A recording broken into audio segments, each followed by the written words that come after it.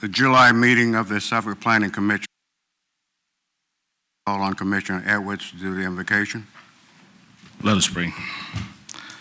Father God in heaven, Lord, we come to you thanking you for all your many blessings. God, thank you for us to live in a country where we can come and reason together, one with another. God, thank you for so many taking time out of their busy schedules to voice their concerns on the issues that's facing our city and its future. God, we thank you that we're able to sit up here and listen with intentional ears and help us with wisdom of the things to say. God, we thank you that you're able to calm any storm. God, we thank you that if there's any barrier between us and you, you can walk over it. And God, we thank you that we can cast all our cares upon you because you care for us. God, thank you for the city and the staff and all those who give their time and effort to give us knowledge and information on what to do. And thank you, God, for all the gifts and talents of all the members of this commission. Lord, we ask for your wisdom and your knowledge this day. In your precious and holy name, we do pray. Amen. Amen. Thank you. Mr. Wine, will you call the roll, please? Yes. Yes, sir. Commissioner Creekmore. Here. Commissioner Eberwine. Here. Commissioner Edwards. Commissioner Goodman. Here. Commissioner Hicks. Here.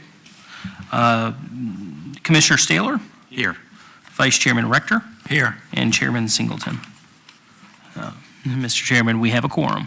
Thank you, Mr. Wine. This being the July meeting, the Planning Commission reorganized for the election of the chair and the vice chair, and the secretary, Mr. Wine, would be the secretary. I would now relinquish my seat to Mr. Wine. Yes, sir. At this point, we will take motions for chairman. Mr. Chairman, I would like to nominate Arthur Singleton to serve as chairman for the next 12 months. Second motion. We can do this with a voice vote. All in favor? Aye. Opposed? Congratulations, Mr. Chairman.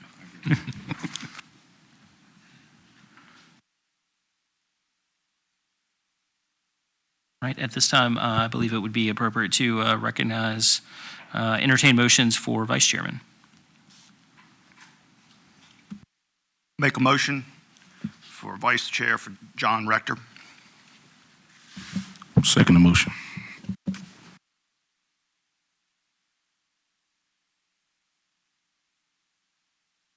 All right, we can do that with a voice vote again. All in favor? Aye. Opposed? All right, congratulations. Yes, sir. Thank you, Mr. Wine. And being that you are the interim director of planning, you will be our secretary. Yes, sir. And Mr. Rector, congratulations. You will be the chair of the ordinance committee.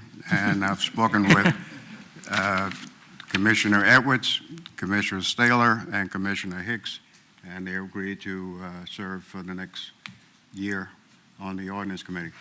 Well, with a body like that, how can I be anything other than enthused? Thank you. Are there any corrections to the minutes from the June meeting? Not, they would stand as presented.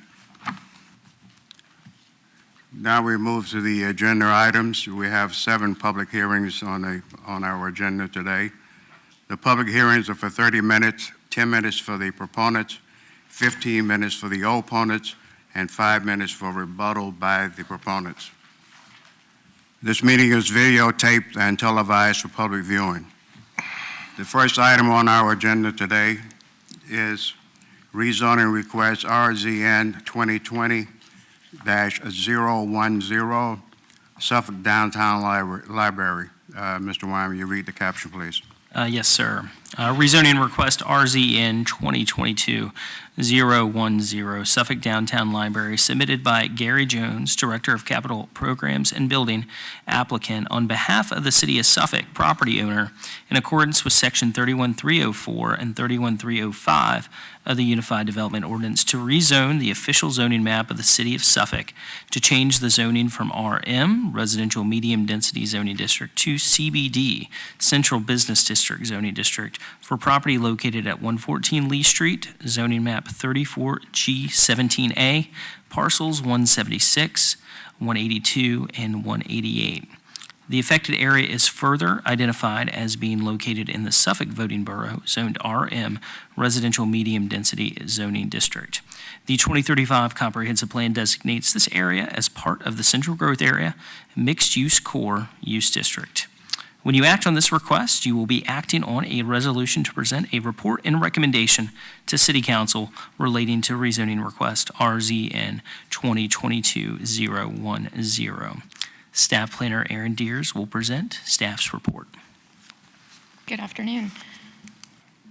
This rezoning request includes these 3 parcels before you, along with several other adjacent properties that will be utilized for Suffolk's new downtown library project, which will include the library building, associated parking, sidewalks, and utilities. Lee Street will be redesigned and converted to a one-way street to facilitate vehicular access for a variety of public and staff functions. Parking will be located along Lee Street as well as in the rear of the building.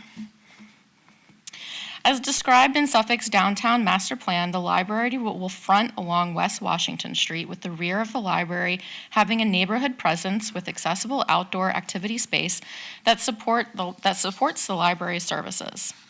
The library is a key element of public investment to encourage continued redevelopment in the downtown area, and as such meets the criteria in Section 31408I of the Unified Development Ordinance. As the rezoning from RM to CBD includes promoting a quality, pedestrian-friendly environment in the core of the community.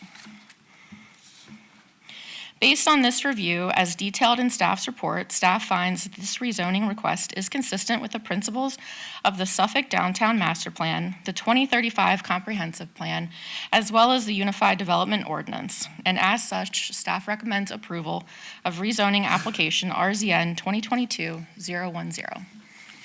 This concludes my presentation, and I'll be standing by for any questions. Thank you. Thank you, Mr. Deers. I will now open the public hearing. Who would like to come forward and speak in favor of this request? Good afternoon, Chairman Singleton, members of the Commission. My name is Gary Jones, Director for Capital Programs here with the City of Suffolk. The request you have before you is for the rezoning, as staff has indicated, for those 3 parcels that make up the new Central Library site. Just to give you a little quick background, the library is well underway as far as construction is concerned. I'm sorry, as far as design is concerned. The construction is coming, and I promise you it's coming. I have been talking about this project for the last 23 years, believe it or not, and it is coming, I promise you. The project is a 2-story, 38,000 square foot facility located fronting Washington Street. As stated in the staff report, it is a key component of our downtown plan. With that, we're moving forward with that, and we're about approaching 50% in design completion. The schedule is to have this design completed by the end of the year, and construction to start first part of next year, and opening this facility in the summer of '24. I stand to answer any questions that you may have. Thank you, Mr. Jones. Is there anyone else to speak in favor of this request? Is there anyone to speak in opposition? Hearing none. Mr. Jones, do you have any other comments? Okay. We'll now close the public hearings. Commissioners, question, comments, or a motion? Chair, I have a motion. I'd like to move approval of RZN 2022-010. Motion from Commissioner Hicks, Second. from Commissioner Creekmore. Right. Any discussion motion? Mr. Chairman, just briefly, and I concur with Mr. Jones This project has been a long time in the works and in the coming, and as somebody who lives in the downtown area, I'm excited to see the library coming. I know my wife is excited to see a library coming. Nobody likes any more than she does to go in and sit down and read a book. So I am going to enthusiastically support this. Another discussion, Mr. Wyman, you call the roll, please. We are back to electronic voting, so, Oh, I'm sorry. Thank you. so commissioners, at this time, if you could please vote.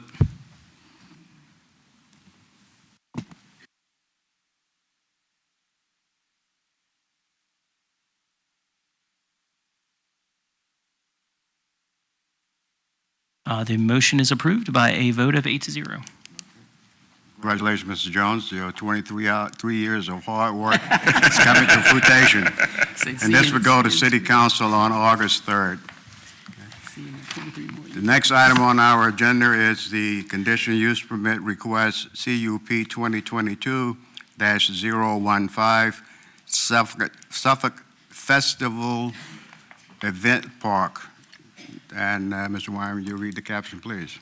Yes, sir. This is conditional use permit request CUP 2022-015 Suffolk Festival Event Park, submitted by Gary Jones, Director of Capital Building and Programs, applicant on behalf of the City of Suffolk property owner, in accordance with Section 31306 and 31406 of the Unified Development Ordinance, to grant a conditional use permit to establish a public park on property located at 219 West Washington Street and 101 South Saratoga Street.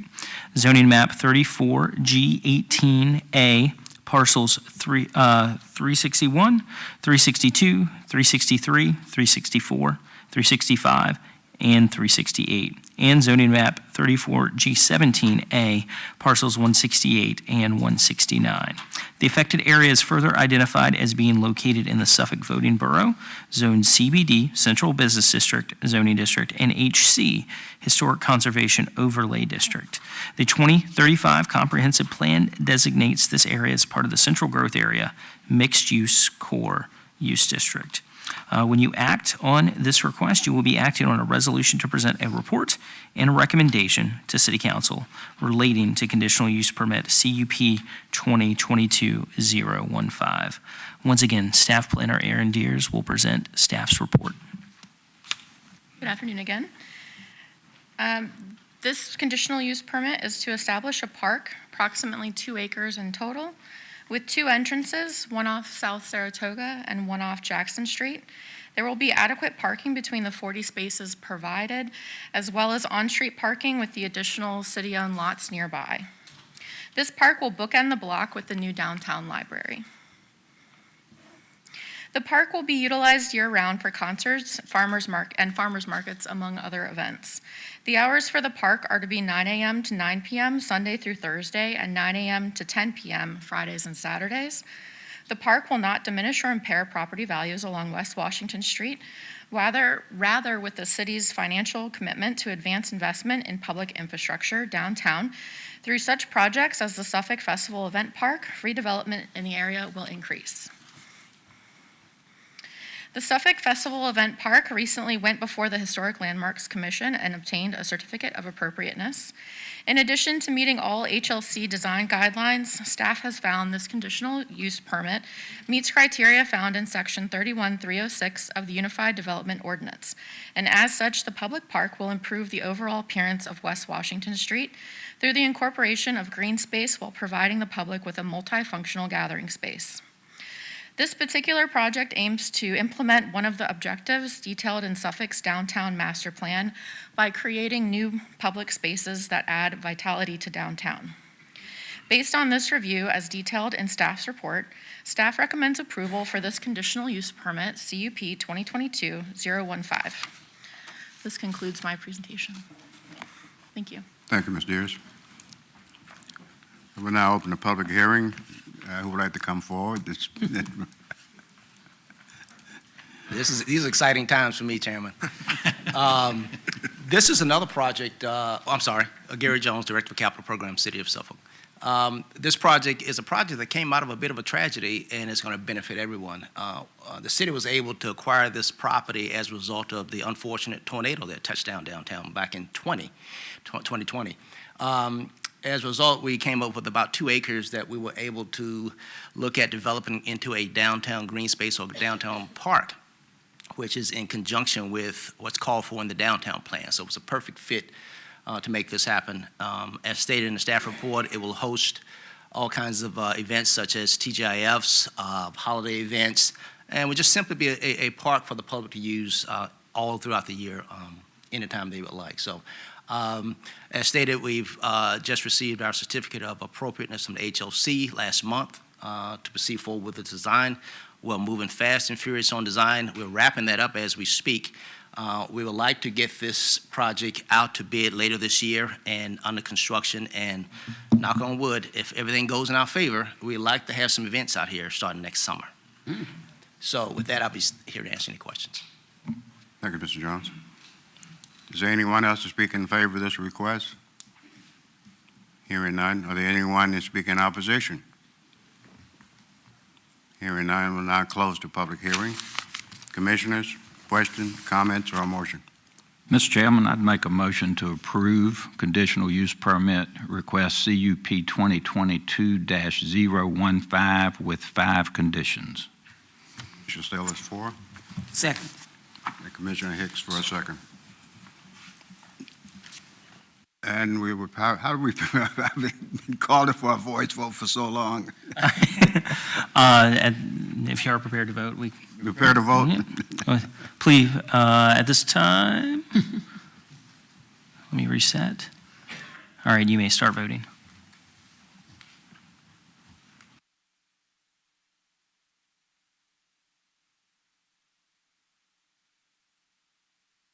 Mr. Chairman, that motion is approved by a vote of 8-0. Thank you much. And that's approval. And Commissioner, Mr. Jones, you're 2 feathers in your cap today. And this again will go to City Council on August 3rd for their consideration. The next item on our agenda is rezoning request RZN 2021-020, conditional Port 460 Logistics Center. Mr. Wine, will you read the caption, please? Yes, Mr. Chairman.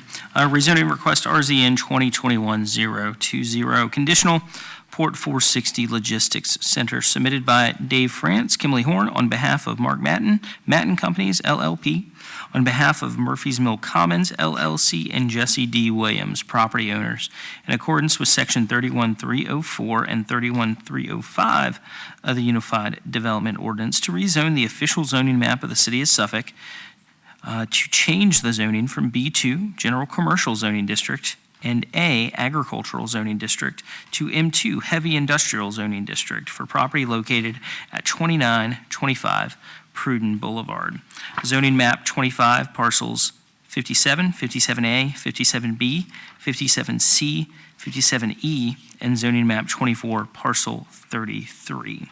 The affected area is further identified as being located in the Holy Neck voting borough, zoned B2, General Commercial Zoning District.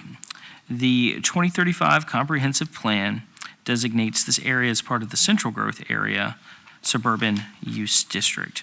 When you act on this request, you'll be acting on a resolution to present a report and recommendation to City Council relating to rezoning request conditional RZN 2021-020. Staff Planner Keith Kennedy will present staff's report.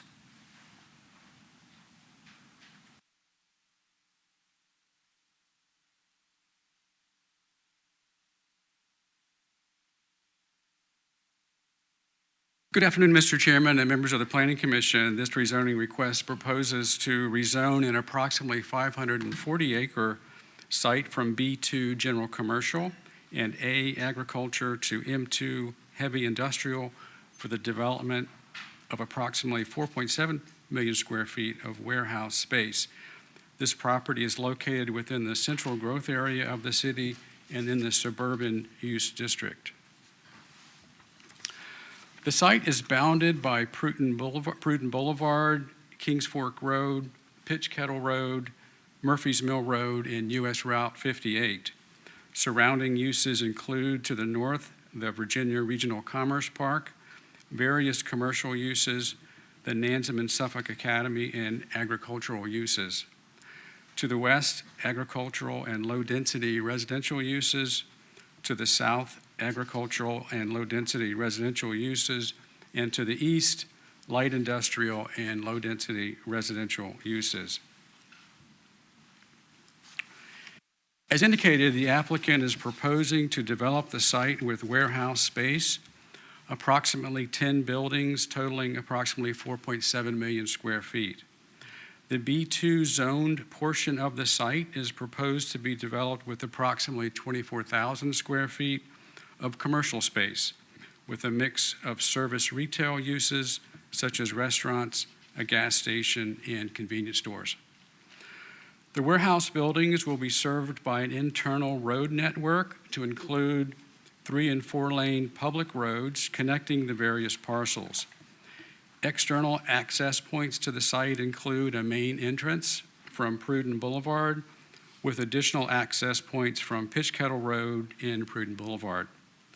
The commercial uses will be located along the Pruden Boulevard frontage of the site within Phase 1 as shown on this concept plan. That's the pale green area on the plan. Other information provided by the applicant includes estimated property tax revenues generated by the development of $28.6 to $34.1 million, nearly $30 million in public road improvements, approximately $420 million in construction costs, 2,600 construction jobs, and roughly 9,000 long-term employment opportunities. As a conditional rezoning, this application includes a voluntary proffer agreement that identifies conditions that must be implemented if the request is approved. Broadly speaking, the proffer agreement identifies the following conditions. The applicant agrees to proffer out a number of both permitted and conditional uses in the M2 heavy industrial zoning district, and those are defined on this slide. The applicant also agrees to implement the transportation infrastructure improvements identified in the Transportation Improvement Analysis, or TIA, report that is proffered as part of this application.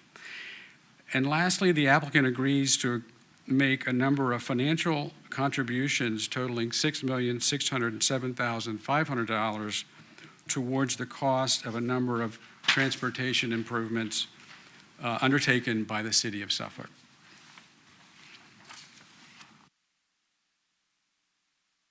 As noted earlier, the TIA submitted to support this rezoning application was developed with ongoing input from the Department of Public Works Transportation Engineering Division. The TIA identifies 4 access points for the project, a new entrance road identified as Road A on this concept plan that would extend through the site, actually, from Pruden Boulevard to Pitch Kettle Road. A new entrance road identified as Road B with limited access also serves from Pruden Boulevard, and a new entrance road identified as Road F with full access from Pitch Kettle Road. Based on the assumptions identified in the TIA, the site is expected to generate 604 AM peak hour trips, 699 PM peak hour trips at full build-out. In total, a full operation of the M2 uses are expected to generate 8,944 total vehicle trips per day. The TIA also recommends a truck route designation and signing program to deter truck traffic from using Pitch Kettle Road when traveling between US 58, the Port Logistics Center, and Pruden Boulevard. The TIA identifies a schedule for implementation of these transportation improvements based on the 4 phases of site development that are identified on that concept plan. The project phases and the transportation improvements proposed to mitigate off-site impacts are addressed in detail in the TIA, and they're briefly summarized on the table that you see here. Major project improvements include construction of new intersections and intersection improvements, widening and other improvements to Pitch Kettle Road, and traffic signal optimization along Route 460. Based on the conclusions and recommended transportation improvements identified within the TIA and the proffered conditions offered by the applicant, the Traffic Engineering Division recommends approval of this rezoning request. This application has been reviewed for compliance with the Suffolk 2035 Comprehensive Plan and the Unified Development Ordinance. Based on our analysis, staff recommends approval for the following reasons. The rezoning complies with Policy 2-1 of the Comprehensive Plan, recommending that we keep development focused in designated growth areas in the city. The proposed rezoning is located within the city's central growth area, thus promoting concentrated development. The proposal is located in close proximity to existing public utilities and services, providing for the efficient and effective delivery of city services. Finally, the proposed project has direct access to major transportation routes. This rezoning also complies with Policy 2-3 to promote a balance between residential and non-residential uses. The proposed development is projected to provide 2,600 jobs during construction and over 9,000 long-term employment opportunities. The proposed development will potentially increase the number of manufacturing jobs available in the city. The proposed rezoning would balance out the more frequent residential rezonings that we have seen more prevalent recently in the city. Additionally, this request complies with the locational criteria and purpose for the M2 and B2 zone districts as specified in the Unified Development Ordinance. The proposed M2 uses have direct access to arterials and/or major collectors, and they are located on a site of sufficient size to maintain compatibility or buffers with adjacent uses. The proposed B2 uses are located along arterials and arterial and/or collector intersections. The Department of Public Utilities, as well as Public Works and Fire, have reviewed the application and have no objections to this rezoning. As I said earlier, Traffic Engineering reviewed the traffic impact analysis report submitted by the applicant, and after collaboration with the developer, has determined that the recommended improvements that are proffered are appropriate and they will enable the area to maintain acceptable levels of service. Therefore, staff recommends approval of rezoning application RZN 2021-20 with the proffered conditions. Mr. Chairman, that concludes my presentation. I will stand by for any questions after the public hearing item. Thank you, Mr. Kennedy. We'll now open the public hearing. Who would like to come forward and speak in favor of this request? But I've been asked to clarify something on this map.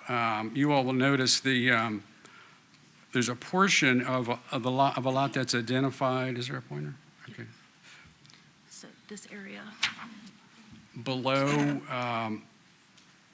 Murphy's Mill. Right here. That's actually part of a parcel that's identified for the rezoning, but it's not actually proposed to be rezoned. I hope that's clear. Okay? Thanks again, Mr. Kennedy, and I will reopen the public hearing. Who would like to come forward and in favor of this request?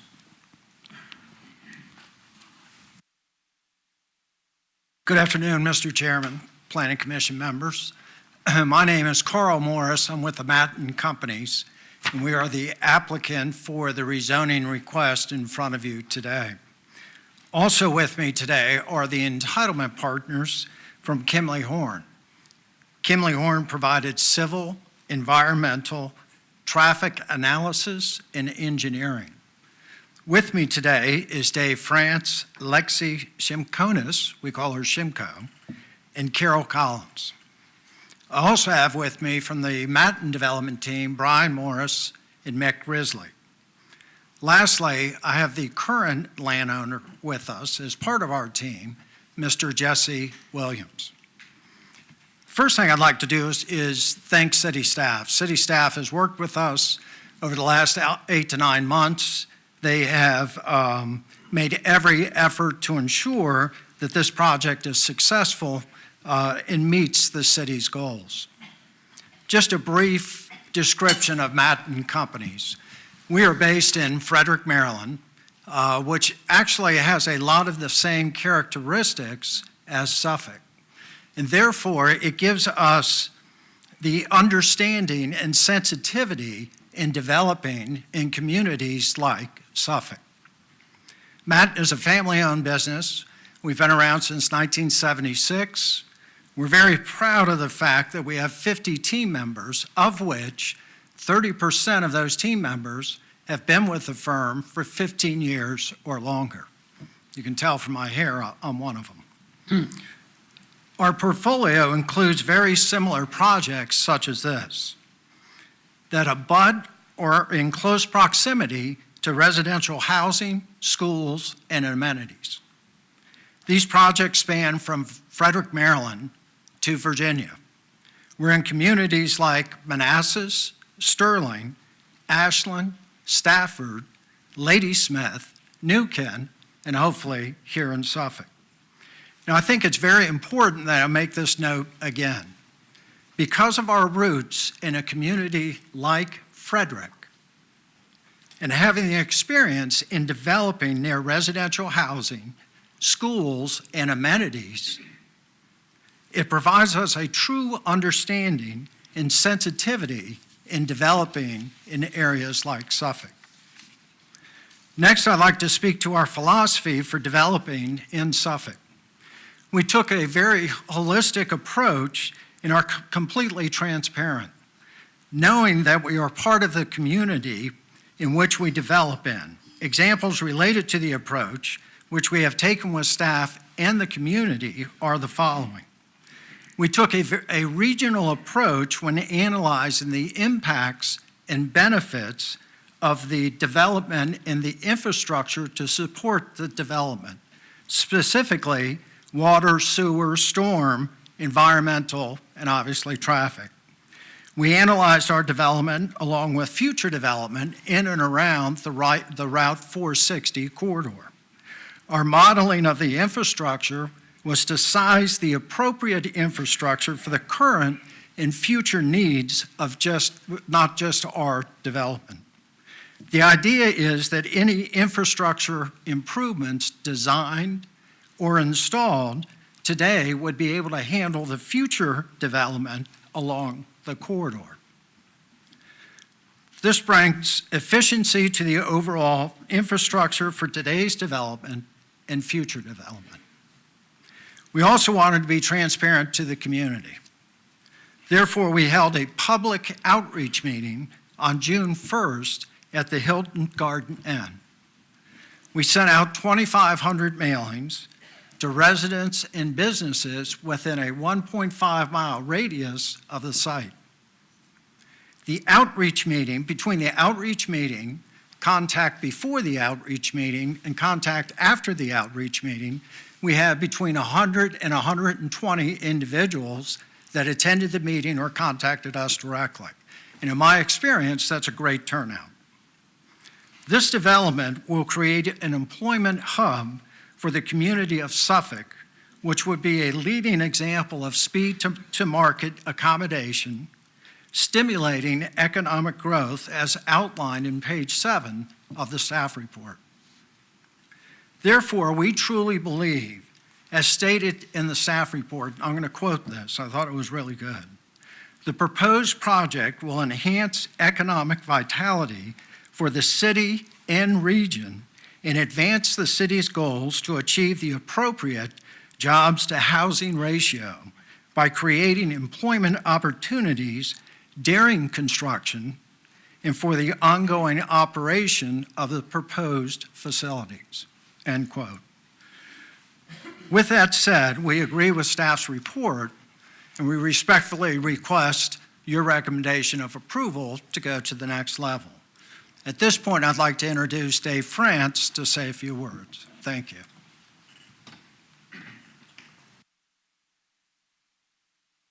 Good afternoon, members of the Planning Commission. My name is Dave France. I'm a civil engineer with Kimley Horn & Associates, and it's my pleasure to be back in front of you again today.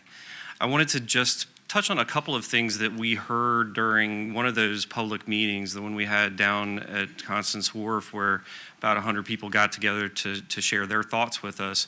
There were a few people that were concerned about environmental issues and stormwater issues, those sorts of things.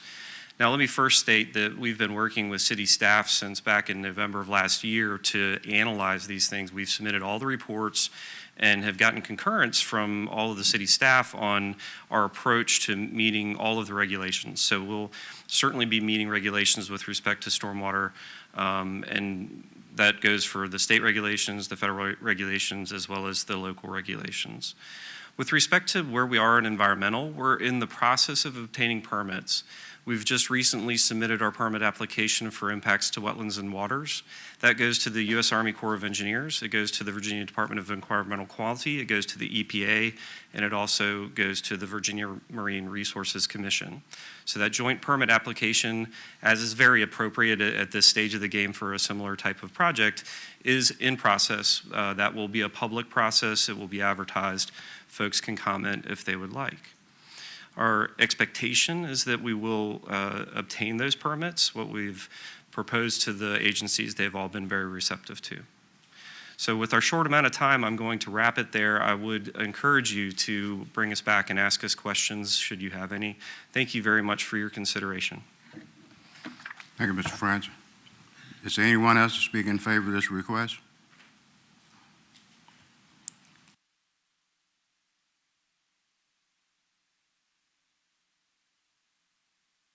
Good afternoon. My name is Barbara Nelson, and I'm Vice President of Development and Transportation Policy with the Port of Virginia. I'm here today to speak in support of the Port 460 Logistics Center and to offer support and assistance to the city in working with regional, state, and federal partners to secure funding to advance transportation infrastructure initiatives. The Port has extensive experience in working with state and regional partners to develop and secure funding to advance corridor planning efforts, and we have significant experience in successfully leveraging planning and funding resources to secure federal funds to advance large-scale infrastructure projects. The Federal Infrastructure Investment and Jobs Act, which was approved in November of 2021, known as the IIJA, provides $550 billion of transportation infrastructure investments over the next 5 years. These funds will be distributed directly by formula to the Commonwealth of Virginia and other states across the nation, as well as by discretionary grant initiatives. The Port has developed successful IIJA applications, and we would like to offer our support and assistance to the city as you work to plan to implement transportation investment initiatives that will balance your goals to support housing and jobs in your community. Again, on behalf of the Port of Virginia, we thank you for the opportunity to speak in favor of this project and offer our assistance in developing and advancing transportation investment initiatives. Thank you. Thank you, Ms. Nelson. Got 28 seconds for proponents. If not, we will open the for the proponents. And anyone in opposition, ask you to come forward and give us your name and your address, please.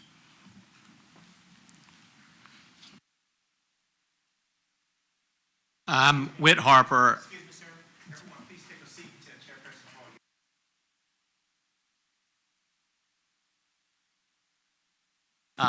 Good afternoon, Mr. Chairman and your fellow commissioners. My name is Whit Harper. I work at Saunders and Ojeda. I'm here on behalf of the Board of NSA. I come up on the opponent end in as much as we're not asking for you to necessarily vote on this today or to make a recommendation today. The board at NSA has several concerns, specifically overall safety concerns, particularly as they relate to tractor-trailer traffic on 460, buffers around the school, concerns about 58 and the Pruden Boulevard interchange, how 460 might be expanded and the result of that on NSA's property, some stormwater management concerns, and additionally, long-term effects for the long-term viability of Nansman Suffolk Academy. Again, I want to make clear this is not asking to vote no. I'm asking for you to table this matter so that the board can have the opportunity to speak with the Matan Group to see what of those issues can be addressed, how this proposal might be changed in some future ways. To speak on those issues, I have the head of school, Ms. Russell, as well as Mr. Harrell, Mr. Castello, and Mr. Cox and Mr. Aston to speak specifically on those.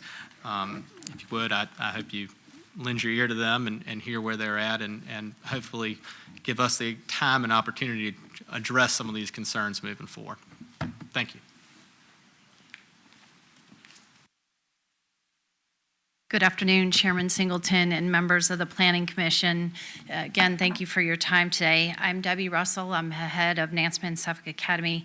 I think it's important to first note that we do support economic development in the city of Suffolk, and that growth and development is very important to NSA. That's what helps us grow as well. So we want you all to know that our presence here today is not to contest economic development in the city or projects, but rather ensuring that that growth takes into account any impact that it might have on the existing community and businesses, and that all parties involved can work together to mitigate any potential impacts that it may have on the surrounding businesses and community. As the head of school, my main concern centers around the safety and well-being of our students and our families, as well as all of our faculty and staff. We have well over 900 people that come to this campus every day, including the students, faculty, and staff. The number one reason why parents choose an independent school, a school like Nansman Suffolk Academy, is for safety. And for 56 years, NSA has served families of Suffolk and their surrounding communities by providing a safe college preparatory educational environment for students in pre-K through grade 12. At NSA, that safety begins when students board the bus or when they pull into NSA's parking lots. Our bus drivers, our student drivers, and our families have already experienced significant challenges and safety concerns with the amount of traffic that's on 460 now when they're entering and exiting our campus at various times of the day. To mitigate those concerns, we do think it's very important to identify specific solutions, such as alternative options for entering and exiting our campus to address that additional volume of traffic that may be seen on Route 460 while trying to keep our drivers, all drivers of all ages, safe. Further to our safety concerns, over the last 5 decades, we have made significant use of our entire campus for the purposes of teaching and learning. Through the use of outdoor classrooms and learning spaces, our students they've been able to safely learn outside, and never have these spaces been more important to us than in the last couple years during the pandemic. We've been challenged to try to find, as all schools have been, to continue teaching and learning while ensuring that our students were socially distanced, and that is probably going to continue for some time. Ensuring that we do have adequate buffers between both our properties to mitigate any potential noise coming from either campus disruptions or foot traffic between the campuses or the properties is important so that we can continue to safely utilize those outdoor spaces. As previously noted, how we utilize our space has changed as a result of the pandemic. And not only have the way we use our space changed, but also the priorities for student learning have changed as well, as there has been a heightened focus on student health and wellness. So using our current athletic facilities and our fields so students can focus on their health and wellness has become incredibly important, whether it's participating in physical education, athletics, or extracurricular activities. But at a time when student health and wellness is so important, particularly given the outcomes of the pandemic, we're at risk of having our athletic fields and our facilities being compromised with the anticipated improvements along Route 460, which you will hear a little bit about from some of our trustees. But without solutions to the disruptions to these fields and our facilities, we will be challenged to try to figure out ways that we can support the health and wellness of our students, in addition to members of our community that use our track and other facilities on a daily basis. Again, as Mr. Harper mentioned, until all parties can come together to identify solutions to ensure the safety and well-being of our NSA community, we kindly request that you consider postponing any recommendation of the zoning. We thank you for the opportunity to come before you, and I'd like to call on Mr. Harrell, one of our trustees, to speak as well. Thank you.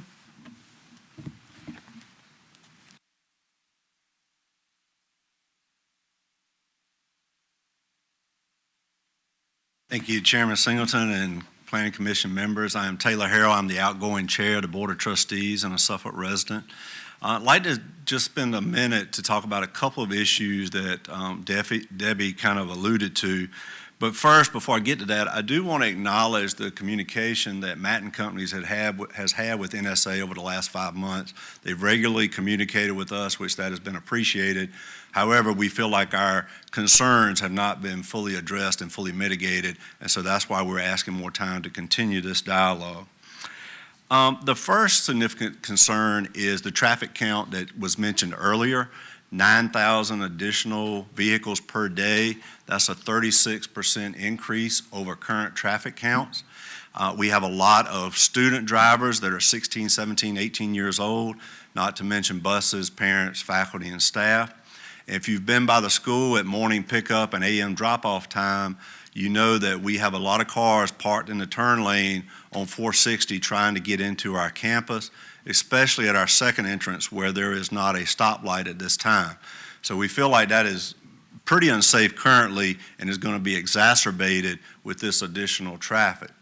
We've asked to have considered a stoplight, a traffic light, at our second entrance that might help mitigate and alleviate some of that congestion and improve safety, but we understand that that is not possible due to the location of that intersection. We also asked for that to be reconsidered, given that that's a school zone, a 35-mile-an-hour speed limit in the morning and afternoon. Could a traffic light be operational just during peak times? But we understand that's not acceptable either. The outside of traffic, the other area is our general concern for what is going to be on the property. I know your packet indicates this is warehousing development, but we would question the M2 designation, which allows for manufacturing. As Debbie indicated, this could lead to noise, pollution, odor, other kind of concerns, not to mention heavy manufacturing being adjacent to a school campus.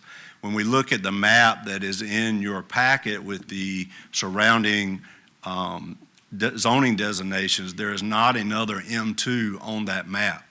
And so I guess we would question, M1 allows for warehousing. We would question why is M2 being requested for heavy manufacturing uses adjacent to a school such as ours. So these are a couple of significant issues that we'd like to find ways to work out. And as Debbie said, we'll hope you'll take these into consideration, consider allowing us more time to try to work through these. Thank you.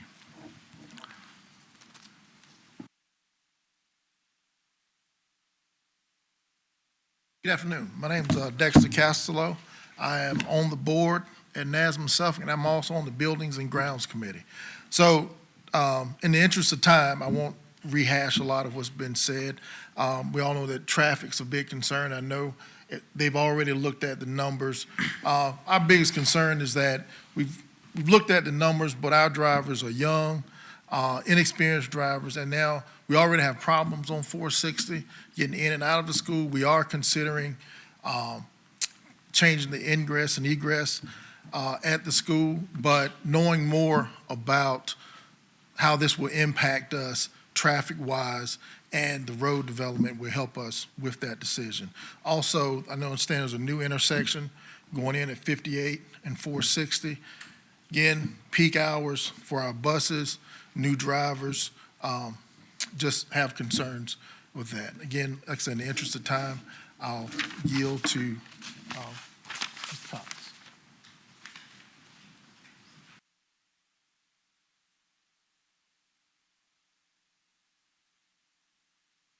Good afternoon. My name's Tom Cox, and I've been a resident here at Kings Fork Road since 1991. I've been associated with Nansemond Suffolk County, Nansemond Suffolk Academy since 1993 on the Board of Trustees, several occasions totaling about 10 years. And I'd like to point out a couple of very serious concerns on the project that leads to our request for this delay for our school community as well as the immediate environmental impact. Foremost, there's an existing struggle with the entry and exit of our two driveways which connect 460 to our east, and there appears to be an extreme likelihood of enlarging the physical size of 460 with the approval of the project, and consequently we will see the eventuality of condemnation of a portion of school property parallel to the highway. Now, this will greatly impact our football stadium, the parking in general out front. It will eliminate a ball field. It would cut back on our tennis courts and tremendously complicate our access to the school, both during the construction period and ongoing. Further, and even more important, it will greatly reduce any available area that we have to construct a buffer between the school and an increasingly busy roadway on 460. Now, the school has long sought another entrance from either Pitch Kettle or Kings Fork roads to relieve this constricted access to 460. And if that is left unaddressed in the future, this project will essentially paralyze our ability to safely enter and exit the campus. Now, secondly, if you look at Section 4 on the fiscal impact study, you will see that the square footage of the warehouse space is listed at 4.6 and some odd million square feet. And with some arithmetic, we see that this is 106 acres of impervious roof surface, not counting the parking pads and not counting the driveways. We can logically expect over 250 acres out of the project total of 540 of surface area that will be impervious and will channel the stormwater into very, very narrow collection region. Look closely at the map and you'll see that this stormwater is largely headed mostly for Murphy's Mill Pond, and the ability of that watershed to accept this water we really question.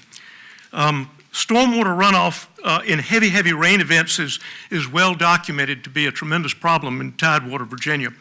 And furthermore, NSA has access by easement to a small pond south of the campus, not on the campus property, for the benefit of sediment collection and irrigation to the campus.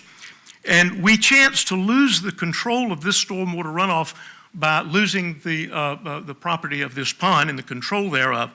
And so we seriously believe that this environmental impact has not been thoroughly studied. We're making a quantum leap from agricultural pervious land to very largely impervious, and this is a tremendous jump in where the water will be going, and we urge that study. So therefore, on behalf of the school community, and unless some serious modifications to this plan are made, we see possible very negative impact, and so we implore you to give us a little bit more time to address those. Thank you so much. Thank you, Mr. Cox. The time for the opponents is expired. How many more people can I have a show of hands that has additional information?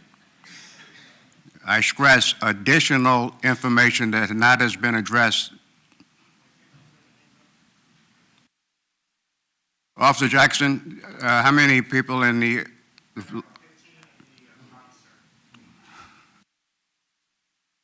commissioners, do we want to extend the public hearing? to accommodate the additional speakers.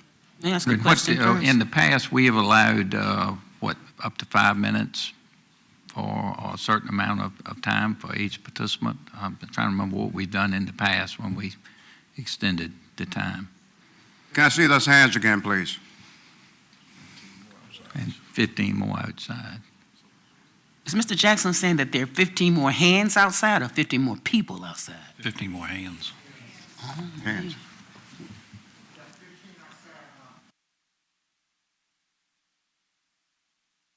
Mr. Halper. Again, I stress additional information that has not been addressed.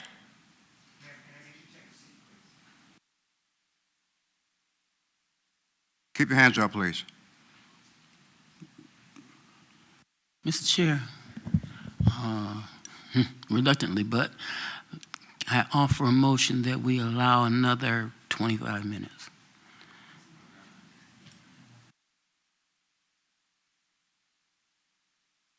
And then we can add as we go along, but No, we're not going to add. We're going to make a determination, and we're going to stop at that. Okay. 15 people gonna talk. Yeah, we gotta add 15. Okay, so Yeah, we're going to add that to the proponents, yes. guess 45. Okay?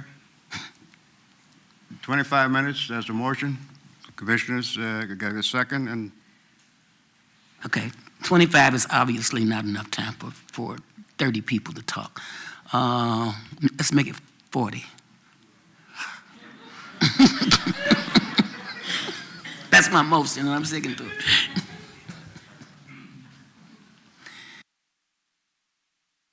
I don't hear a second. A second. Okay. I don't know what y'all gonna do. I'll offer a second. I mean, people need to be heard. Okay, we got a second from Commissioner Rector. So that's 40 minutes additional for the opponents, which gives the proponents another 40 minutes in addition to the 5 they already had, so they have 45 minutes at a later time for rebuttal. Okay? So can I get a vote, please? Voice vote, please? All in favor? Aye. Okay. Any opposed? Okay, next speaker, come forward, please.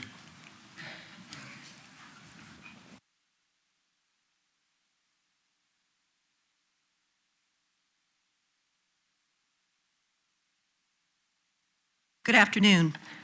My name is Denise Murden. I live with my husband in Kings Fork Farm, less than 3 miles from the corner of Pitch Kettle and Kings Fork Roads. We oppose this rezoning request and ask that the Planning Commission table it to give Suffolk citizens additional time to examine, understand, and respond to it. The limited time, information, and support provided for public outreach and involvement has been inadequate for the scope of the proposed project, and the staff report provides no evidence that it is in the best interests of the entire community.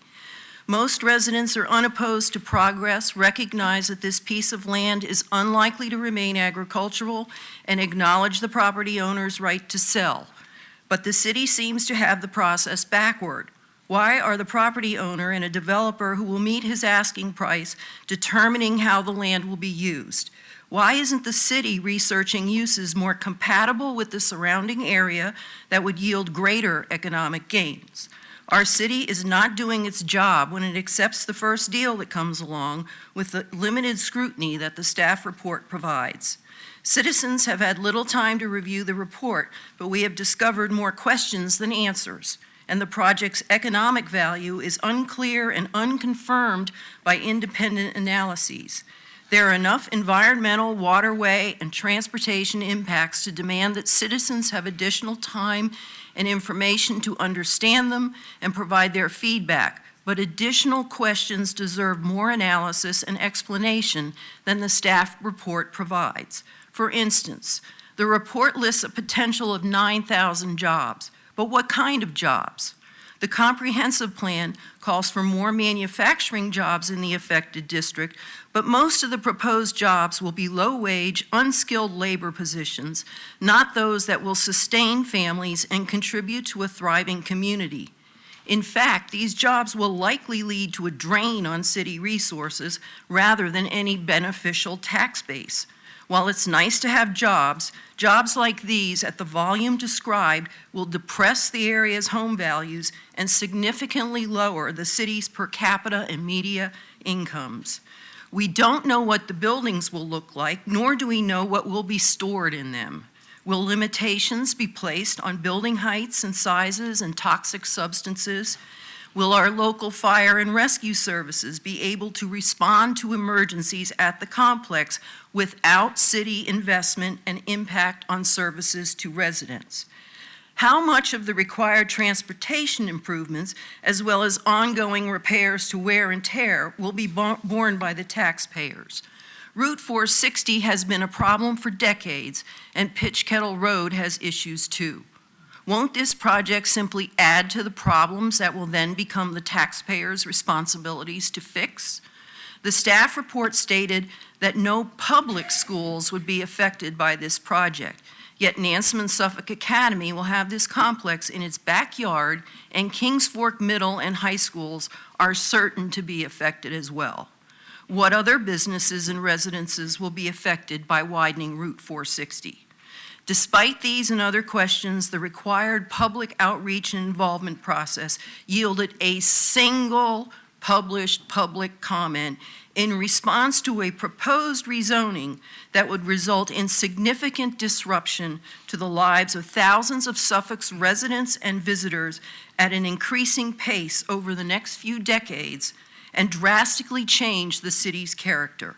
After the city has committed so much to the revitalization of our downtown, we find it incomprehensible that our Planning Commission and City Council are considering paving over one of the beautiful gateways to it with warehouses. We require more vision than that. If city officials believe this project would bring such great value to our city, a more suitable site can be found, perhaps with some funds invested in preparing a site with the basic required infrastructure. The city's budget is so strong that the City Council just approved a tax cut, and we received $30 million in federal relief funds. Shouldn't some of those funds be used for economic development? Please, let's not rush this decision. Many more questions need to be asked and answered, and you will not serve our citizens well if you send this to the City Council for a vote without a more complete analysis and public input. Thank you. Thank you, Ms. Murray.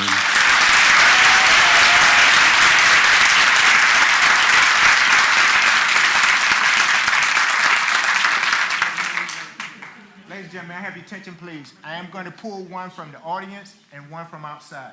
So please focus your attention on me when I direct. You may come to the podium at this time, ma'am. Do I need to state my name? My name is Jacqueline Brooks. I live off Manning Road. I would like to make this short, sweet, so let's go for it.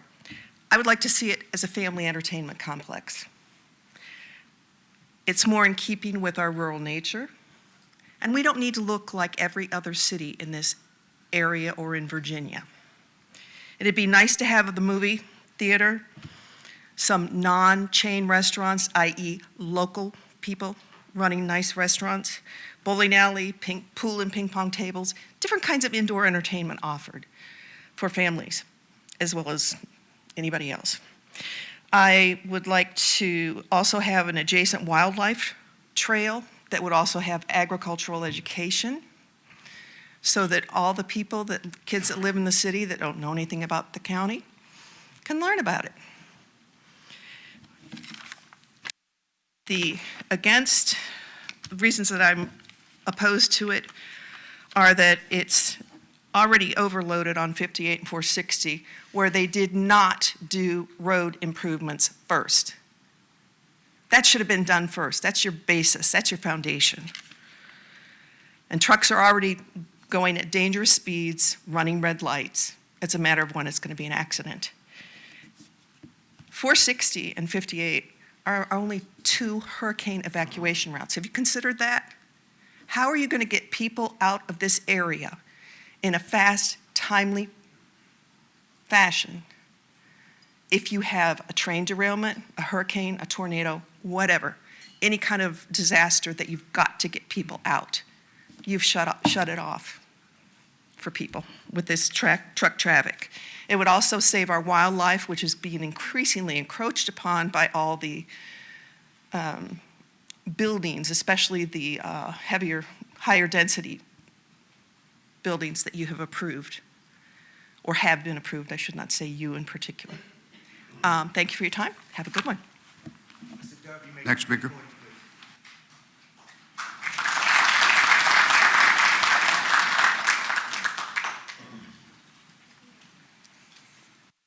Christopher Dove. I live at 852 Colonel Meade Drive, Suffolk, Virginia. I have a couple questions for the board and the Planning Commission representatives. I would like to state that I met with the members of the Planning Commission, or not the Commission, but the Planning Department, and they were extremely helpful and are forward. So I appreciate their efforts and time.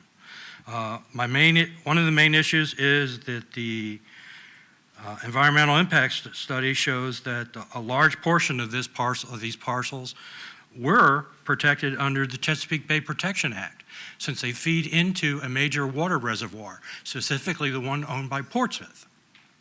I see on the packet that they have been expired. So we somehow, large swaths of areas that are protected that I couldn't get past, because I live on a protected area and I have to abide by those requirements, the 150-foot setback and the treed and all those areas. Well, apparently they all just disappeared in this report. I'd like somebody to answer that, why that happened. Two, the report that you have in front of you states that the waiver for this type of development is based on being adjacent to a major thoroughfare or access road. It's in the second or third page or whatever, why it's allowed. Pitch Kettle Road is not a major thoroughfare or access road. Pitch Kettle Road is a secondary ancillary road, 2-lane. The plan is to go ahead and extend the front part, since the front part's next to a major thoroughfare. All of a sudden now, Pitch Kettle Road, which is on the back part of the property, now it is considered a major access route. Pitch Kettle Road cannot handle the traffic of trucks. In fact, it's not supposed to be a truck area, but signage doesn't stop trucks from going there. If you want to stop trucks from going there, don't give them access to Pitch Kettle Road through the back of the property. The other last item is that there's supposed to be buffer zones designed into these properties. Right now, you have a high-level industrial area right next to an agricultural area. That's not a buffer zone. That's it. Thank you.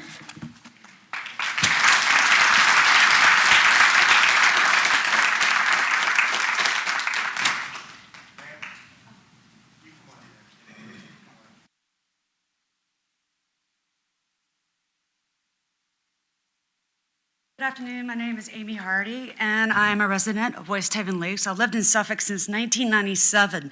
Professionally, I manage water compliance for the Navy, stormwater, drinking water, wastewater. I know that my backyard goes up against one of the source water supplies. There are 2 drinking water treatment plants that treat the water that's going to receive the runoff from these heavy industrial areas. And I just don't think it's fair to me as a resident, and with the knowledge that I have for what I have to do to protect the Navy. And I just don't think it's fair. That's just my opinion. I don't know if there's been any consideration to the drinking water supplies, the source water supplies, and what they have to do to treat the water that we drink. And then also handling the stormwater industrial runoff. My mom lives on Carolina Road, and without her knowledge, next thing you know, there's an Amazon distribution center being built behind her house. In her backyard is a water tower with silk fencing, heavy industrial equipment, and 18-wheelers and dump trucks that traverse by her yard. I don't want that to happen everywhere in Suffolk. I'm standing my ground to keep our ground because we have no ground. And the more we pave over, the more runoff, the more flooding, the more impacts. And that's just environmental. I could go on and on about safety, traffic, economic impacts, but I'm just here to speak my concerns about the water. Thank you. Sorry.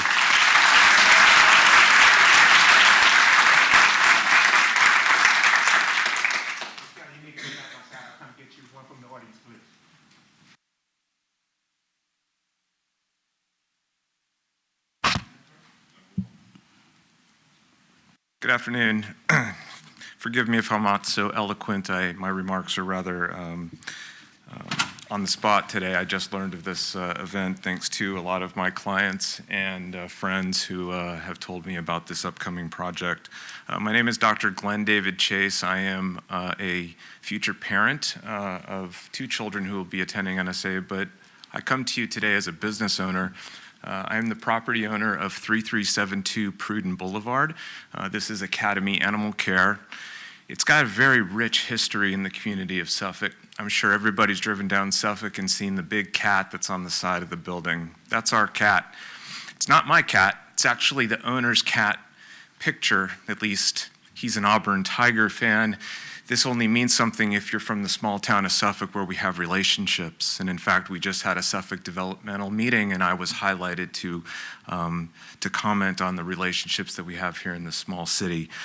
I bring to you today my 5-doctor practice with an over 20-year history of small business that is going to be directly affected by this development, and particularly the rezoning of a heavy mechanical M2 zoning, which I couldn't detest any more than my motions will allow. First of all, let me allow you to explain where my emotion comes from today. And first and foremost, it's for the safety of our clients and patients. As a 5-doctor practice and veterinarian, our patients are 4-legged. They come in carriers and leashes. 460 is a very busy street, and it's already extremely challenging to manipulate our clients safely in and out of our building. In the afternoons, traffic is considerably heavy. It's also heavy when NSA is letting out in the morning and in the afternoon, and frequently our parking lot becomes a turnaround spot. So again, I'm going to highlight the efforts of traffic. Second is the noise. Negatively could not impact our business even more. Noise is very sensitive to the animals, and inside the building we can hear every tractor trailer that comes through. Fortunately, we've been able to provide the city with a considerable tax increase by improving our footprint over 1,400 square feet and almost a 6-figure dollar renovation, which is going to continue to provide the city of Suffolk in revenue. But least than that, I would have to present that 460 presents an incredible safety issue that's already been in perspective. But I wish I had my cell phone today to show you the accident that happened just in front of my office when an 18-wheeler wasn't paying attention at Rob's Drive, and instead he turned right and missed the individual, but went directly into my office sign and into the ditch. Can you imagine the nightmare that's going to be developing in front of these children who are just learning how to drive, and to my clients and patients who are waiting as an M2 development comes on board? Secondly, from a business owner standpoint, I'd like to present the issue of parking. I came to the board when I was developing my construction project, and I was told that, I'm sorry, Dr. Chase, if you develop more than 2,500 square feet, you are in the SCOD district, and that is the district where we want everybody looking at the city of Suffolk, and we want it to look beautiful. We want landscaping, we want sidewalk, we want curb and gutter. I'm astonished today that are we requiring curb, gutter, and beautiful landscape for an M2 heavy warehouse that is going to sit directly adjacent from my business? I don't have a board to answer to, so excuse me for being candid. Lastly, I would just ask that to take the eloquency of NSA, I would just ask that you delay this so that we as business owners who are going to feel the impact of heavy traffic, potentially clients who may not want to bring their pets to us, if we could take some time to talk about some resolutions. I'd like to echo the sentiments. I'm all about Suffolk development. The city of Suffolk's been fantastic for Dr. Chase, his family, my clients, my employees, and I hope for the patients that we take care of every day. I'm so happy to be a business owner here, but this project concerns me greatly. Lastly, in our profession, we say everything is location, location, location. I just didn't think it would be across from a truck stop. Thank you for your time.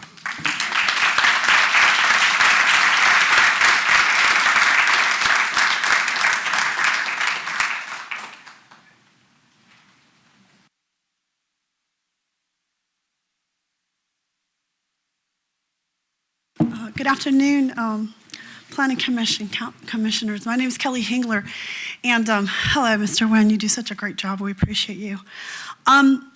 So how can I put this into words? There's so much that's been said. I grew up off of 460. I had to come up 460 off of Old Myrtle Road and just about every back road you can imagine, okay? You can call her my mother-in-law, all right? Lives right on Lake Mead. All of those people who are living on Lake Mead right now are on wells. You will not extend city water to them. It is impossible. And because we are such a premium land in the region, we have 831 acres of the city of Suffolk that's dedicated to a landfill for the whole region. We also, because of the droughts that came about back in 1999, if you all remember, we were designated for all of the reservoirs which actually belong to our Nansemond River. They were dammed off, the freshwater sources, all the way back in 1930s until currently to 1960, the one at Lake Mead being owned and the last by Portsmouth. Every last one of those homeowners that are on that lake are actually already had an impact. Everybody on Pitch Kettle Road and everyone who lives on these riverways and waterways has made sacrifices for the region. We thank the Port of Virginia, but hey, I'm next Navy, or I always will be, okay? And I know ports, and I know my Tidewater, and we thank the port for being here, okay? But what we do not need is to take the watershed. Lake Mead, Cahoon, all the lakes except for Lake Drummond are designated for the regional water sources for Norfolk, Portsmouth, Suffolk, and Isle of Wight County. We have given enough for the region, and we still have more to give. We're not anti-growth, but Pitch Kettle Road will not take the vibrational nuisance in the spillway right there at Pitch Kettle, okay? It will not take the industrial truck traffic that is made for ag roads, that some of which were dug by hand by multiple generations who may be here in this room today. We have paved over roads now, hallelujah, okay? There are still unpaved roads in the area, but that does not mean paved or unpaved that they're to be designated for industrial traffic M2. If you look closely at the comprehensive plan, which did come through your hands here on our respected commission, okay, and approved by the city of Suffolk as the 2035, you will find that the suburban district never mentions nor is colored in purple, okay, for M2. It's not there. That's why we're here for a rezoning. We thank the good folks from Maryland for coming, and we also thank Kimberly Horn for providing the environmental impact for the Pruden Boulevard intersection. We also, for the city of Suffolk with our tax dollars, we also thank them for doing the same thing down on Constance Road and Pitch Kettle. What is my point? They know a good portion of the environmental impact already between Nansemond and Suffolk Academy, Pruden Boulevard, and all the way down through Little Boston on Constance Road. So where is the environmental being presented to our esteemed council here? And I'll bring you to the last fact about this watershed that is for all the region, okay? It cannot be impacted. It does have requirements. Those requirements are not being laid out in front of you. Oh, it's the applicant to the Army Corps who uses the 1932 manual. Okay? The Commonwealth of Virginia Erosion and Sediment Manual, which is from 1992. The Chesapeake Bay Manual, which is from 1988. I know because I went before the VMRC and respectfully requested the gentleman of the commission, please trigger to the Natural Resources Department that we are in the year 2022. We adopted EPA stormwater in 2006. Why is Virginia stuck in 1988 and 1992? We must have best outcomes. And the best outcome is come to the public first. It is not the city's responsibility, unfortunately, but the person who's wishing to submit a permit and ask for rezoning and build on a parcel, okay, to outreach to the community. And again, thank you, our brothers and sisters of Maryland, because we share the Chesapeake Bay. But one meeting at the Hilton does not meet federal, nor state, nor local, nor neighbor requirement for inclusion of the community in discussion of adverse impacts to the entire landscape of the city of Suffolk, because that's what it is. It is really the entire landscape, because we're setting up 460 to do something that the Army Corps of Engineers pulled away despite $100 million plus money for Route 460, and if you have a good discussion with VDOT, you'll find out that there was too much right-of-way, too much cost between us and out Windsor and taking property. It was not of an interest to the state. So why is it an interest to anyone else? It's our tax dollars. It's not, is the answer. We're not doing a backdoor development of 460 when it was turned down by the Army Corps before once, by VDOT and point of interest before. The actual corridor of statewide significance that we support wholeheartedly is Route 58 and the sacrifices people are making down Route 58 on 58 because it resolves to take the least amount of land from people. It is away from our water sources of the region. It causes the least amount of harm. And these are the things, ladies and gentlemen of our commission and our public behind me and my beloved sisters and brothers of Suffolk, is that we have not had all the information at this time for interaction for this board, in my humble opinion, to make a decision today. We ask that we realign ourselves and give the people, the commission, okay, and all those impacted for the whole region. Let's bring the region to the table, okay, for our water source, for our traffic, and let's do that as soon as possible. Thank you so much.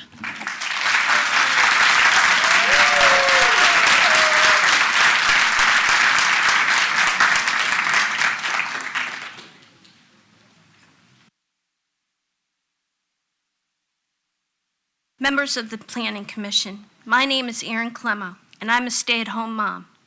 And I'm a former military spouse whose family moved to this area 13 years ago. My husband retired from the Navy in 2018, and we, along with our son Robert, have made Suffolk our home. We live in the Pitch Kettle Point neighborhood of Pitch Kettle Road. Our son attends NSA, Nansemond Suffolk Academy, and will be a senior this coming year. He previously attended Hill Point Elementary and Kings Fork Middle School. Now, many people are coming up here speaking about economic, residential, and environmental concerns.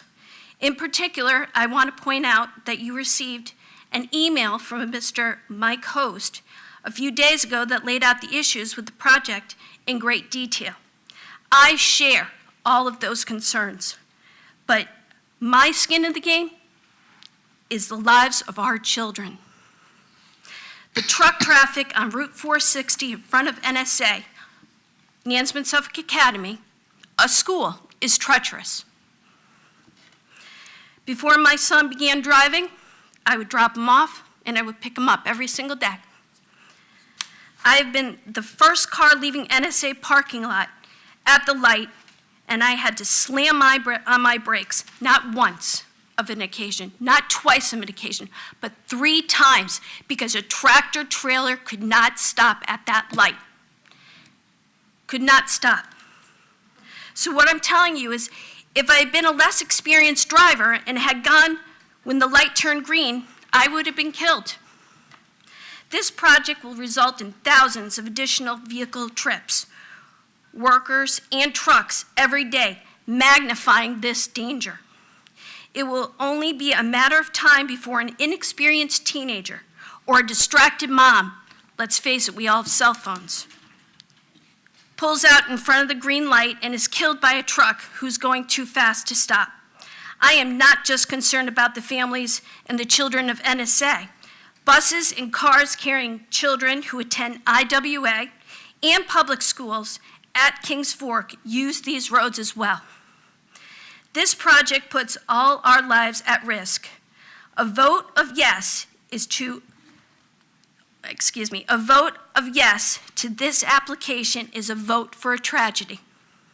If you're voting on something that will affect the future of Suffolk, I want you to remember the future of Suffolk is sitting in those cars and those buses.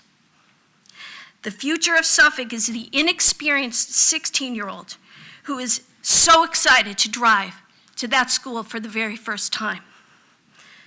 I am begging you to keep this in mind when you vote, because I know you're likely a mom, a dad, a grandpa, a nana, a papa, an aunt, or an uncle. Thank you for your time and your consideration.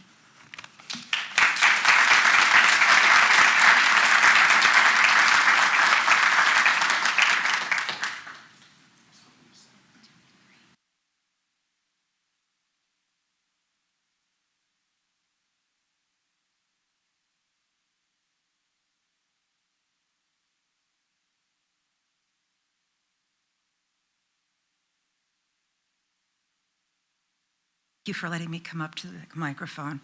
My name's Andy Perotti, that's what they call me, and I live in Hill Point area in River Bluff, which is 2655 River Bluff Drive. So is that enough? That's enough. Okay. The reason I'm here today is because there was a number of areas of this project that gave me concern. I have a background in modeling and simulation, computational as well as other kinds. My background's more medical healthcare. But I'm looking at some of this work, and for some of the work that I do on the side, I realized that I wasn't also sure how this kind of a project would also be impacted by other projects that either have been approved but haven't been built yet, or are pending approval. There's a number of them that I keep hearing are almost done deals, but I'm not quite sure what that really means. If I were looking at the modeling and simulation of all of these different elements that people have brought up, whether it's the traffic flow, safety, injury rate, risk management, et cetera, I'd want data that was good. Good data in, good data out. So what are these other projects? And what does it also say about what people think of the city of Suffolk? We're asking for things in this community to bring us closer together, but we don't want high density. We didn't move to Suffolk for high density. That is not who we are. That doesn't mean we don't want development, and it doesn't mean we don't want nice things. Some of this we have to look at and say, okay, so what impact is the traffic having, particularly in an area I live in, Hill Point, one road in, one road out. They're proposing to put in a natural gas pressurized pipeline right through the middle of the community, right across property that has been designated as a National Historic Site. I wonder if any of this property has been looked into its antiquity, because this area of Suffolk is a very important area to many different groups. I think it's worth looking into, but I'm also surprised we have so little reverence for some of those elements. But it's important. But the pipeline's going to be tearing up roads, tearing up streets, particularly the one street that you get in and out of your home. The next thing is there is being proposed an additional, I'm sorry, I grew up in Jersey. I call it a dump. It's a waste management facility.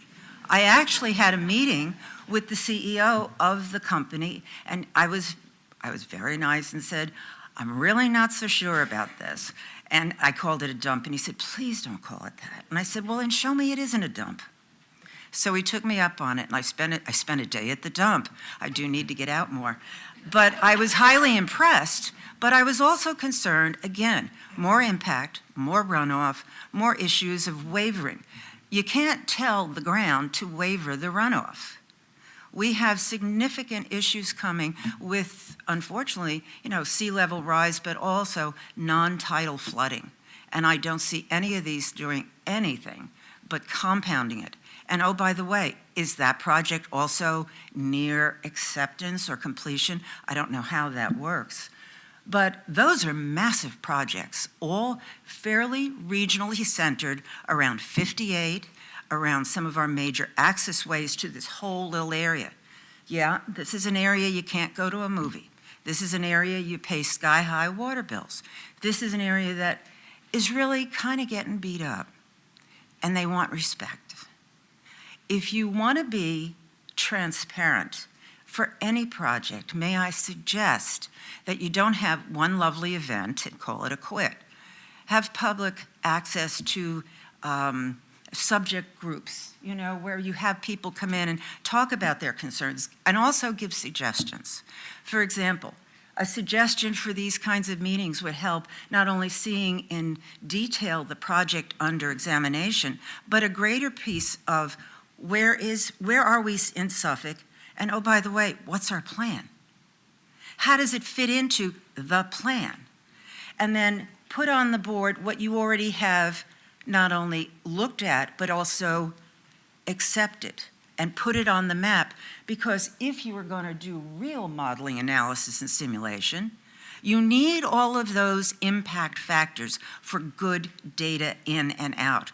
You can add physical, environmental, maritime, weather, all of these factors, and look at how they interact with not only our community, but also with our other partners in industry, because we do want successful industry.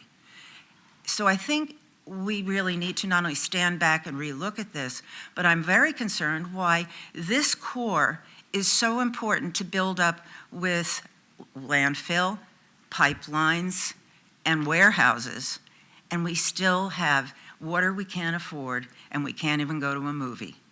So it's just food for thought. Thank you.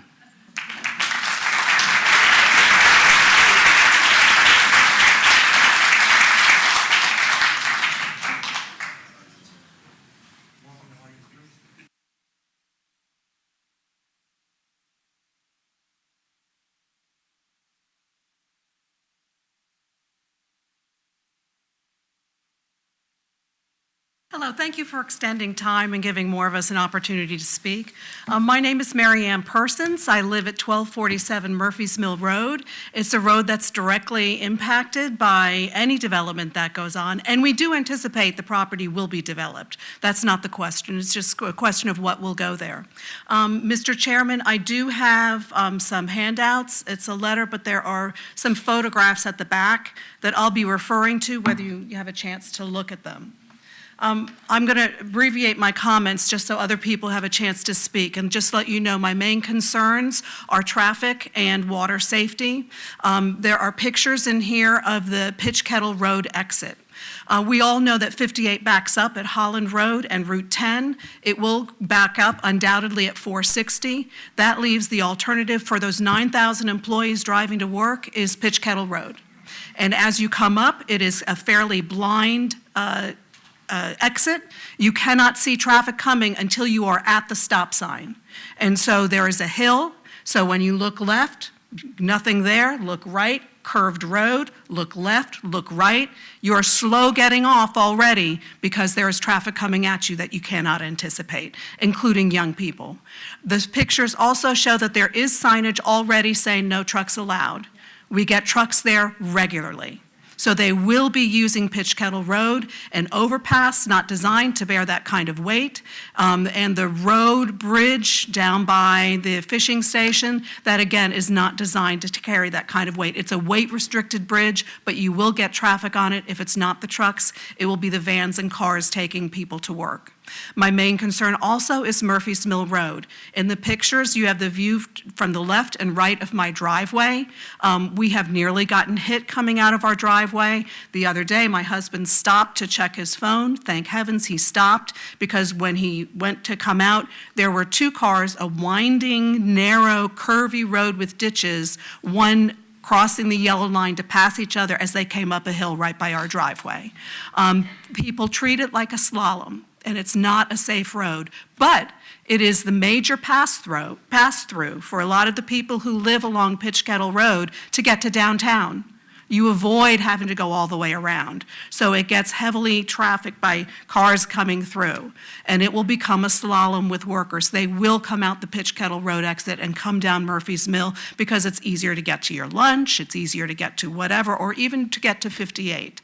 So please be aware, we are very concerned about the traffic. There are no plans for development and reconstruction on Pitch Kettle Road and Murphy's Mill at this time, but we will be bearing the brunt. I'm happy to bear the brunt for in my property values, whatever, to improve Suffolk. I expect development, but it's got to be safe for us, which leads to my environmental concerns. When I looked at the map that was presented at the June 1st meeting, there were over 15 retention ponds, 15 that we are relying on. If you plan on a 100-year storm being able to bear one that we'll get once every 100 years, we've had 3 in the last 25 years. There will be spillover. It's one thing if you're counting on one retention pond. You are counting on 15 to be able to bear the brunt and not contaminate Murphy's Mill Pond, which contaminates Lake Mead, which contaminates the Nansemond River. Closing remarks I'll jump to. The proposed rezoning is not needed in this location. Great for Suffolk, not in this location. It conflicts with transportation requirements, conservation of natural resources, preservation of agriculture and forested land, and conservation of property values. It does not comply with the comprehensive plan, which specifically states that this district should be primarily composed of traditional residential subdivisions. Rezoning cuts off the extension of the commercial business district along 460 and into downtown, hemming the business district between downtown and Route 10. If you put these warehouses here, where is downtown going to extend to? These are where will we build entertainment, dining, and shopping options for residents who've already committed to Suffolk? These are the property owners, scout leaders, school volunteers, and businesses that already serve our city. Honor them and their commitment by denying the rezoning and following the guidance of the comprehensive plan. Thank you.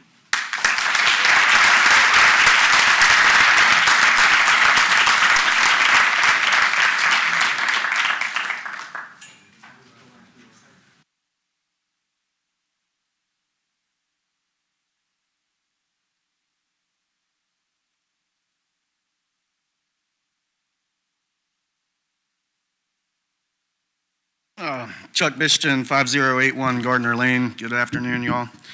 No one's addressed Windsor. I'm addressing it now. There are wrecks on the way to Windsor almost probably 2 or 3 a week. We all hear the sirens on Gardner. Why wasn't the Army Corps of Engineers called first on this project like most other projects? Why are we waiting? There are nothing but speed bumps on 460 right now. Are we putting the center turn lane all the way to Windsor?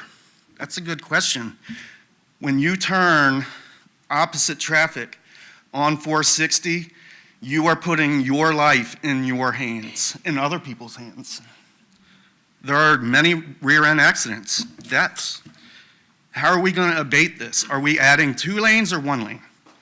All the way to Windsor. Has anybody contacted Windsor to say, hey, Windsor, how are you going to deal with this extra traffic? They're not here. Portsmouth city leaders should be here. Lake Mead is their drinking supply. Where are they? Have they been asked to come? I have a lot more questions, but I'm going to keep this simple and very short.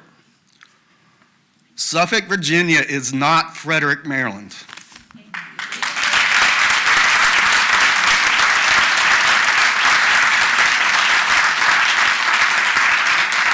Officer Jackson. The time for opposition has expired.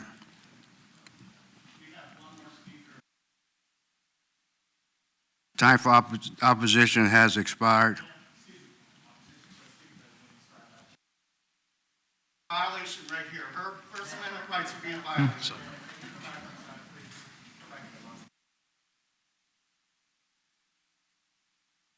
We will now open the floor for the proponents for rebuttal.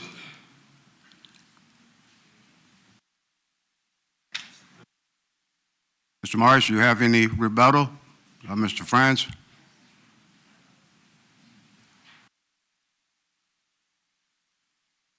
Again, good afternoon, ladies and gentlemen. Dave France with Kimley Horn. That's a lot of interesting comments there. I'm going to work my way backwards through some of those, and we'll see how time goes.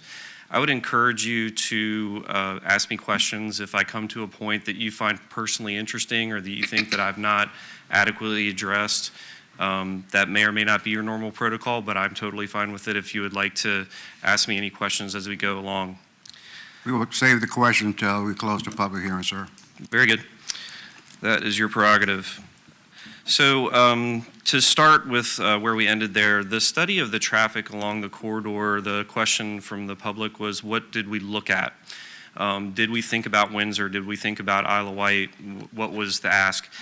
When we first started looking at the project from a traffic perspective, our traffic engineers and planners met with the city's traffic engineering department, and we defined what the corridor was that we were going to study.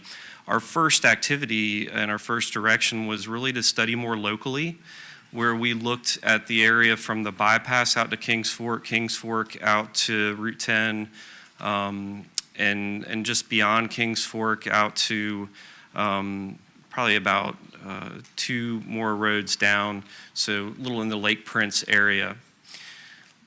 When we got into some of the study analysis and what the preliminary findings were, in collaborating with the city, it was determined that we really needed to take a little bit of a broader look. And so we actually expanded the study area all the way from the county line back to the bypass. So it's important for you to understand that you got a very distilled version of the efforts that have taken place over the last 9 months in the staff report. And I hope that and believe that you trust that your staff does a really impeccable job in doing this. But there was quite a bit of study. It went all the way from the county line back to the bypass. And that's where the results, so once we had done that regional kind of high level analysis, we came back and then refocused the study on our improvements. And so when you see in our final report and in the recommendations that you read in your packet, those very specific things that we're doing, those are all reflective of looking at the entire corridor and then bringing that information back and looking again very specifically at the improvements that are necessary for this facility to operate. Now, that's going to take me down a little bit of a second path that I think is important for you and for the public to hear. The 460 corridor, if we don't show up, and if the commercial zoning that's there today were never built, needs to be improved. And I can hear all the whispers behind me when we're sitting in the audience. People are concerned about the safety of 460, and we don't disagree with that whatsoever. What we have done through coming into you and going through this process of rezoning is shined a big bright light on it for you. And we also have through, did somebody have something to say? Audience. We also have worked with the city to start defining what a project looks like to actually be able to do the improvements along that corridor that we know need to happen. So until we showed up and started stirring the pot, there wasn't a whole lot of activity happening that was bringing the light to how do we improve 460. We had the big study a few years ago that was going to be the bypass. That went away, and really a lot of the focus on what to do about this major corridor that comes out of your community was lost. Now we have it again. And what we are doing, what we have done, and what we are proffering through cash payment to your community is the ability to advance the work that needs to be done to solve the issues of 460. Many of the issues that NSA brought up are existing issues that they have created on their own by fronting on 460, and whether or not we come or not, there will be background growth. There will be traffic growth. They will have more and more problems as time goes on with their access on that road. It's not us. We're shining a bright light on it, and we're offering a solution to the problem, okay?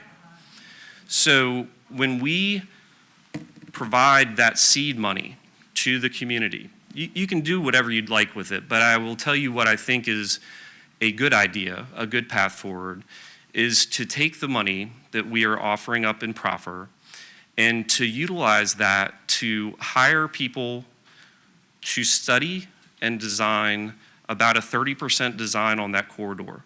Why is that important? Until you get that 30% design done, you're not in a very good position to go get the state and federal funding that our partner at the port talked about, okay?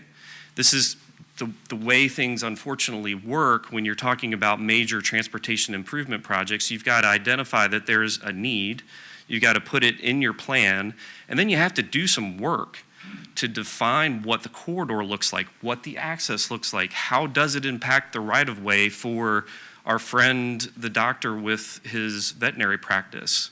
What is that going to look like for all of them? That is not something that I control. That is something that the city and their consultants that design the roadway improvements ultimately will. What we're doing is providing the community with a pathway to solution.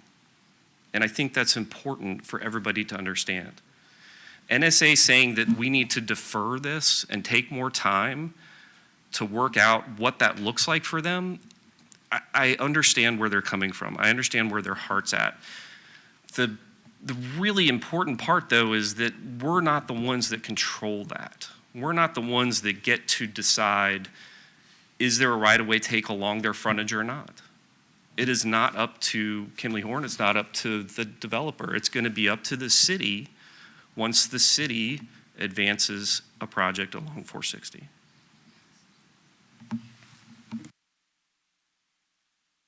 There was a comment about the location and why is this location being selected out of the supposed many locations in Suffolk where this can happen.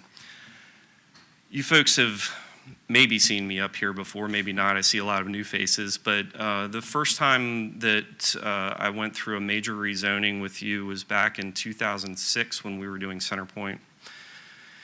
And that project out on 58 has a lot of similarities in some ways from the size and scope of it to this project.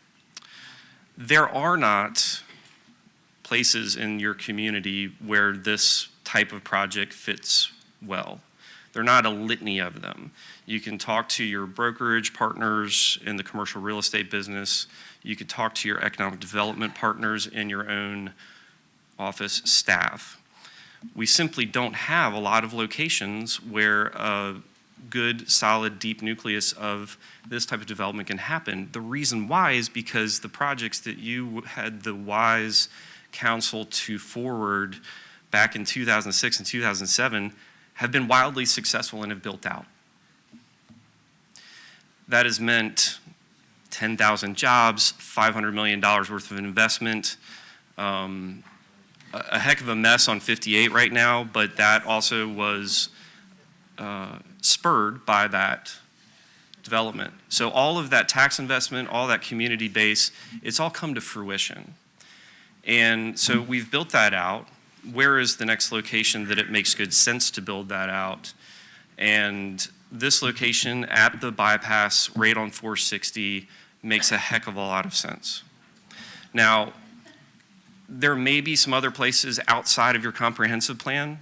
I would tell you very candidly that I have met with your planning staff who's looking at the comprehensive plan and what to do with the next update to that. And there have been discussions about extending the growth areas out to other places so that we can open up more land for development.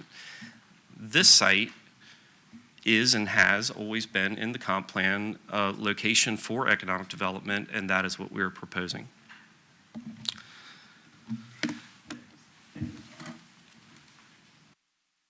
Collins, you'd like to say something? Come on up. Introduce my partner, Carol Collins. Ladies and gentlemen of the Planning Commission, my name is Carol Collins. I'm a transportation planner with Kimley Horn and Associates. Developed the traffic impact analysis for the project. And so just wanted to provide a little more feedback, if you will, as Dave has touched on already, from the level of effort, the collaboration effort that went along with staff to get us to this point, and really the scale of the improvements that the developer is willing to support to get the project to move forward. I know we talked a little bit about existing zoning, and Dave mentioned that as well. With B2, there's approximately 137 acres existing B2. And so we've talked about doing a development scenario. What would that translate in the sense of new trips if B2 were developed on its own? And so we developed actually not a robust development scenario, but a relatively conservative. A development to that scale, that much B2, could be in the range of 55 to 60,000 vehicles per day. And so as we think about what's being proposed with the rezoning, that B2 comes down to about 39 acres, and the M2 component makes up the delta of about 98. The trip generation, as you've heard that before, is more in that range of about 9,000 for that front piece, and then backside gets it daily trip generation. We're talking 20,000 versus approximately 60,000. So there's a significant reduction overall when you look what could happen on its own as B2 versus what's being proposed for this rezoning case and the site as a whole. I think some of the other things, someone had mentioned not meeting the requirements of transportation. When it comes to traffic operations, there are requirements per the Public Facilities Manual. We have to meet or maintain at a minimum level of service D, overall intersection level of service D.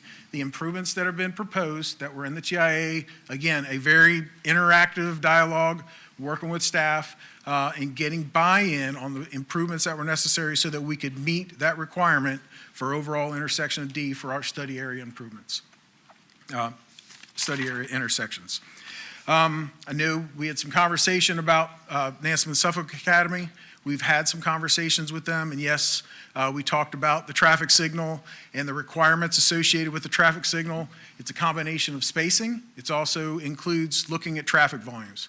To get a traffic signal as a new means of traffic control at an intersection, you have to meet certain requirements of traffic volumes over the course of a day before a traffic signal for traffic control is even considered.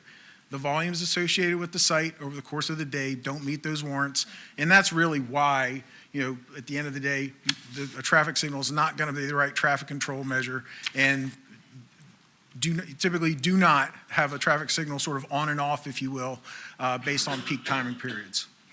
I know we talked about the queuing as it relates to on-site traffic queuing back on the 460.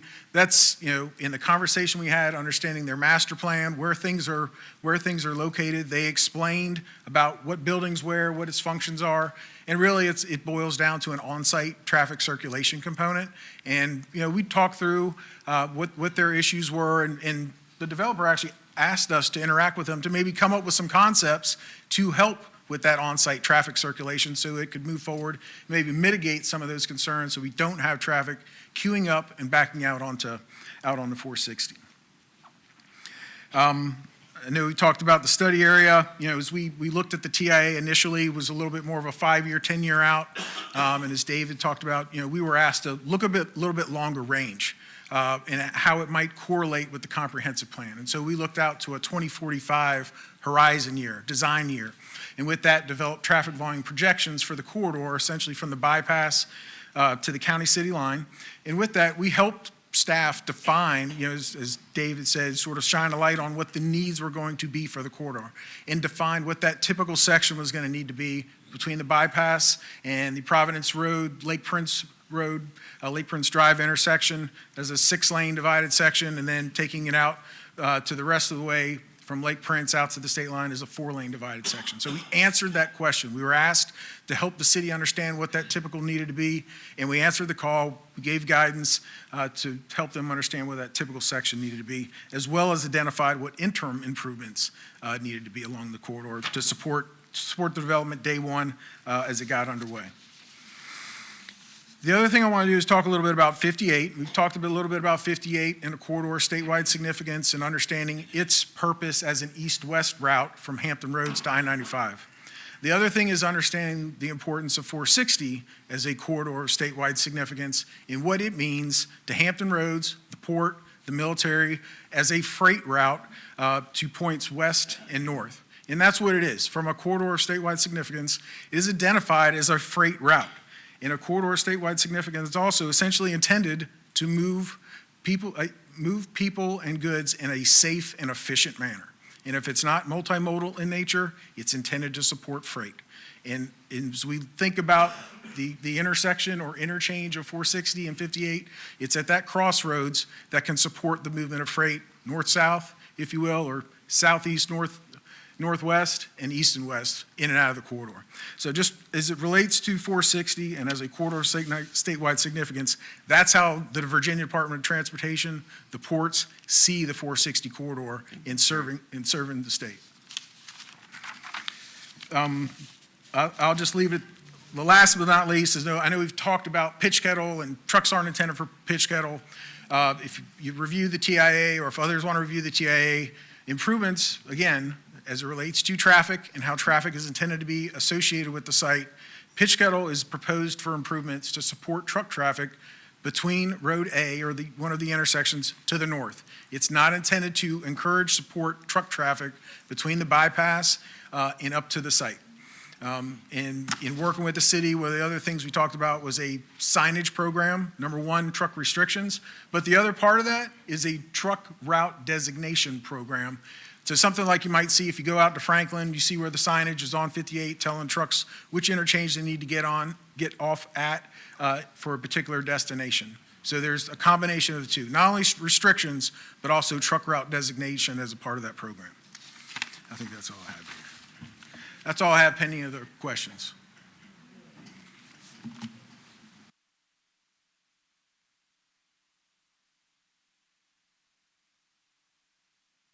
Mr. Chairman, how much time do we have?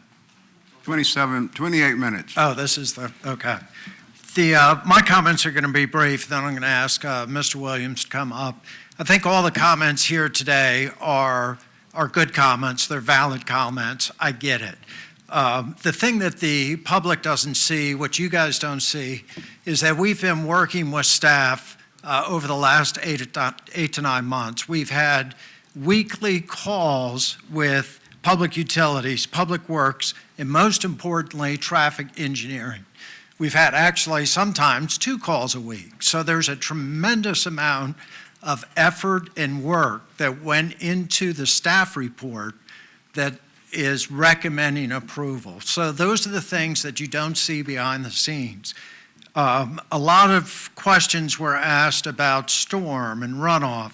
We've communicated with the Corps of Engineers. We've communicated with DEQ. We've had those conversations, and that's the reason that public utilities, public works, and traffic engineering have presented a staff report for approval. So again, I appreciate the comments from the public, but the thing we need to understand is there's a tremendous amount of work that staff does, my development team does behind the scenes to answer all the questions that were presented today. The other thing I'd like to note is in reference to NSA. We have, as I said in my opening remarks, we try to be very transparent. Mr. Williams knows that there's good news in this game and there's bad news, and he hears it. And that's the same with NSA. We have been trying to be very upfront. Once we submitted our application in December of 2021, the first call we made was to NSA. And we've had monthly calls with those folks, and I think for the record, I submitted our communication with the NSA from January moving forward. We are absolutely still open to working with NSA to resolve their issues. I received an email from Taylor last week and virtually agreed with everything within his email. There were some things that I could not agree with just because we're so early in the process. But my commitment to NSA is to continue to work with them and resolve any issues. We have a direct connection with the Secretary of Transportation of Virginia, and we have offered to go hand in hand with them to the Secretary of Transportation to try to get their stoplight. Carol, who's the expert on the traffic side of things, I think it's smoke and mirrors, but he's the expert, told me early on that a traffic light in front of NSA would not work. It didn't matter. We took it to staff, and I tried to communicate to staff that this was important for the development. All the reasons that Carol said it wouldn't work were communicated by the city's traffic engineer. So again, we are committed to continue to work with staff, continue to work with the community to get everybody to a point where they're comfortable. At this point, I'd like to introduce Mr. Jesse Williams.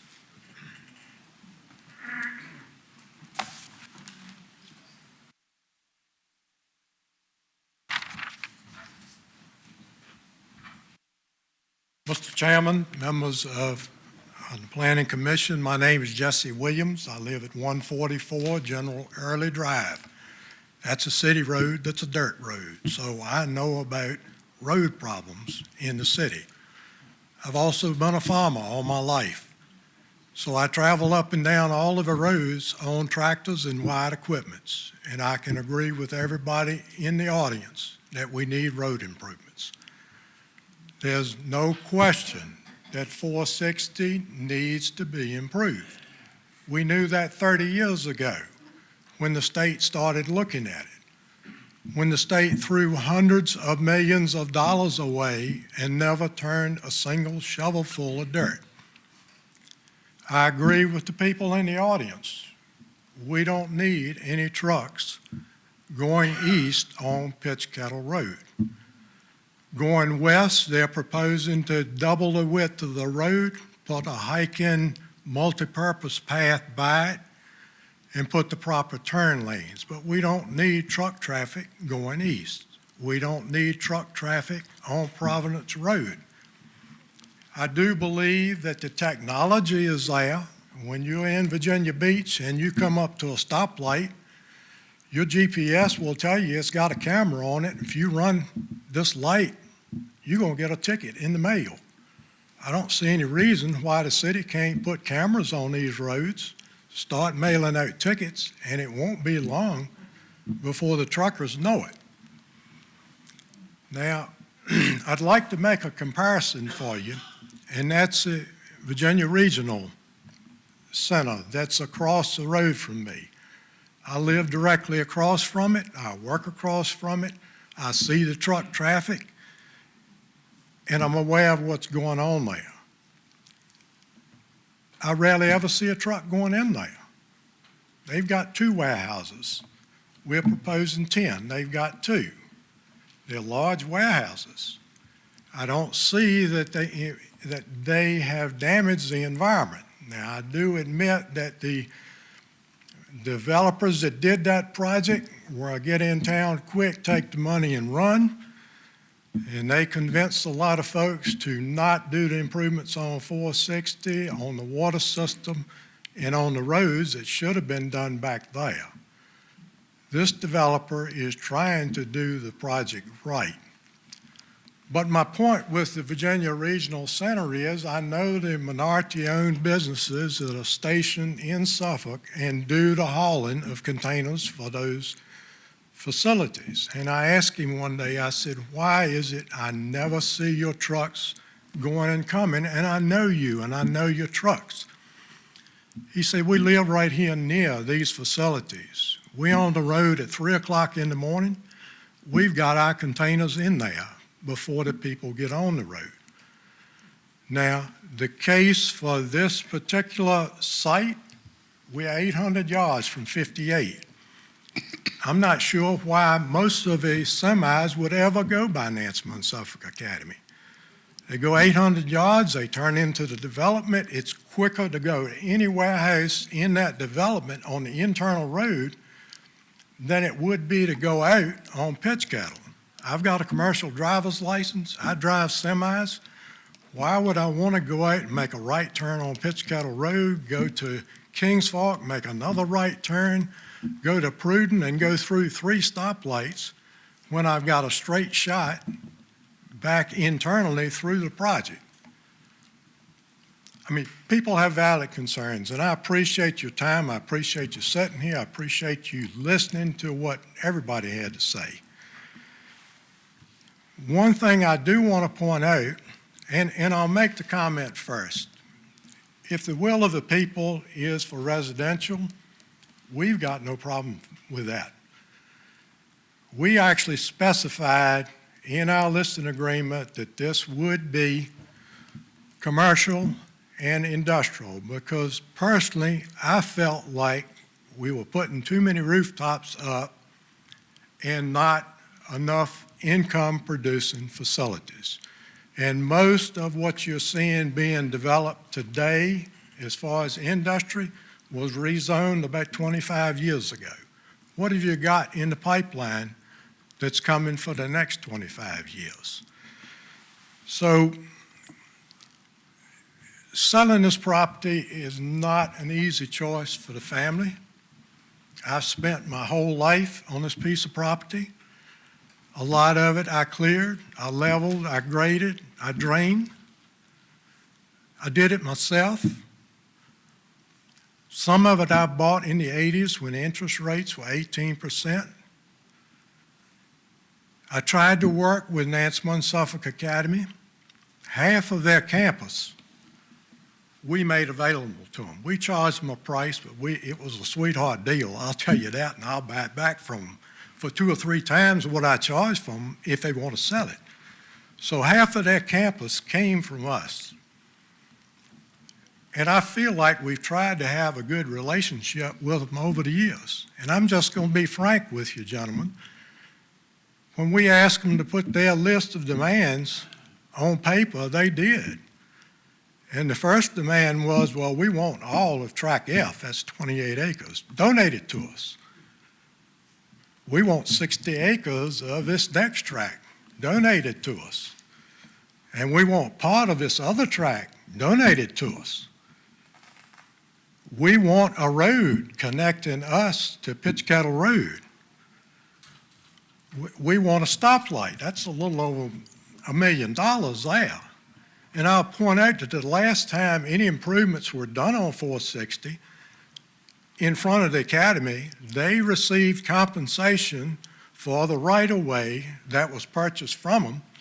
And instead of using that money to put turn lanes going in to make the patrons safer, they built signs on the property with the money. I'm willing to work. Matten is willing to work with NSA. We haven't given up. We're going to try to work it out. But I wouldn't delay your vote thinking that we haven't talked with them. What's going to happen if you don't approve it? And from the comments, I'd say, it's a good chance that you won't. Well, I'm a free market guy. I've raised grains and I've sold commodities all my life. And I know the principles of supply and demand.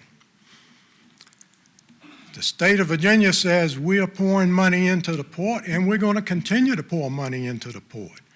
We're going to make the channel deeper. We're going to make it so ships can get in and out of there faster. And we're going to bring more cargo in there. They increased the cargo 15% last year. Well, where does that cargo go when it comes in there? It's got 2 directions it can go. It can go up 64 to 95, or it can come west. Well, where's that cargo going to end up ultimately? Most of it goes to the central part of the U.S. It's coming west. Why would anybody that needs cargo up Route 95 toward Baltimore or New York bring it in to the Port of Hampton Roads? They're going to bring it into the port at Baltimore or New York. So I'm telling you, gentlemen, that no matter what you do, whether you approve this project or you don't approve it, there's going to be a lot more truck traffic coming through Suffolk. There's going to be a lot more train traffic coming through Suffolk because of where it's going. Now, I'd be glad to list this property and sell it for residential. It's worth a whole lot more for residential than it is for industrial. We specified in the listing contract it had to be industrial, but there's 20 residential developers for every one industrial developer. But gentlemen, are residential developers going to put $30 million into your road system? Have you seen any of them do it before? Are residential developments going to pay you $30 million in real estate taxes? These big warehouses are paying close to $1 million apiece to the city, to our way. What's going to happen if you reject it? I'm going to submit that the demand is there for more warehouses. The people like Matten that build warehouses, that own warehouses, that lease warehouses, are going to find a place to build them. The banking and financial system thinks there's a need in this area for more warehouses. They're going to finance them. So where are they going to go? Shirley Holland Industrial Park's got 1,290 acres. Like to have them. Love to have them. Pretlow Industrial Park in Franklin got 150, 200 acres. Come on over, guys. What's going to happen? If they go to Shirley Holland Industrial Park or Dinwiddie or Petersburg, those trucks, instead of going 800 yards to turn in this project, are going to run the whole length of Suffolk, going and coming. If they go to Petersburg, those truck drivers, after they've fought 460 from Petersburg to Suffolk, are worn out before they get to Nansemond Suffolk Academy. They can't get up early enough in the morning to make their runs when there's not traffic on the road. They're out there endangering the lives of the people in Suffolk. So I'm submitting to you, gentlemen and lady, that the warehouses are going to go somewhere probably in this area. Whether you take advantage of it or somebody west of you does, there's no more ground east. These folks wouldn't be here talking to me if there were sites east of here. So Suffolk could say, no, we don't want $30 million to improve our roads. We don't want the port to help us with the infrastructure of our roads. We don't want the tax revenue. And it goes to Isle of Wight, or it goes to Dinwiddie, or it goes to Southampton. You're going to have none of the advantages. You're going to have none of the improvements. You're going to have none of the income, but you're still going to have all of the problems. So, gentlemen, we could get into the environment. You know, they're valid concerns. There's no question of that.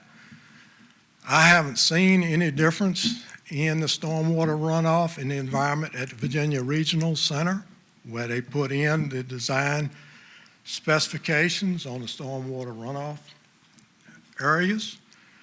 I have seen the ponds overflow their dams, and it always starts upstream. It's a runoff coming from 460. It's a runoff coming from the academy. It's a runoff that's coming from the buildings that were built before and don't have the storm water runoff facilities. So it's a valid concern. I'm with you 100%. I think this group is trying to engineer it, trying to design it, trying to do it in the correct way, and I think it can be done. I think you've got to consider that there's some practices with agriculture that, if you stop them, could actually be a benefit to the Chesapeake Bay and the water sources downstream. For instance, this ground is sandy land. It's droughty land. We have to use a lot of fertilizer. We do it under supervision of the state. We are in compliance.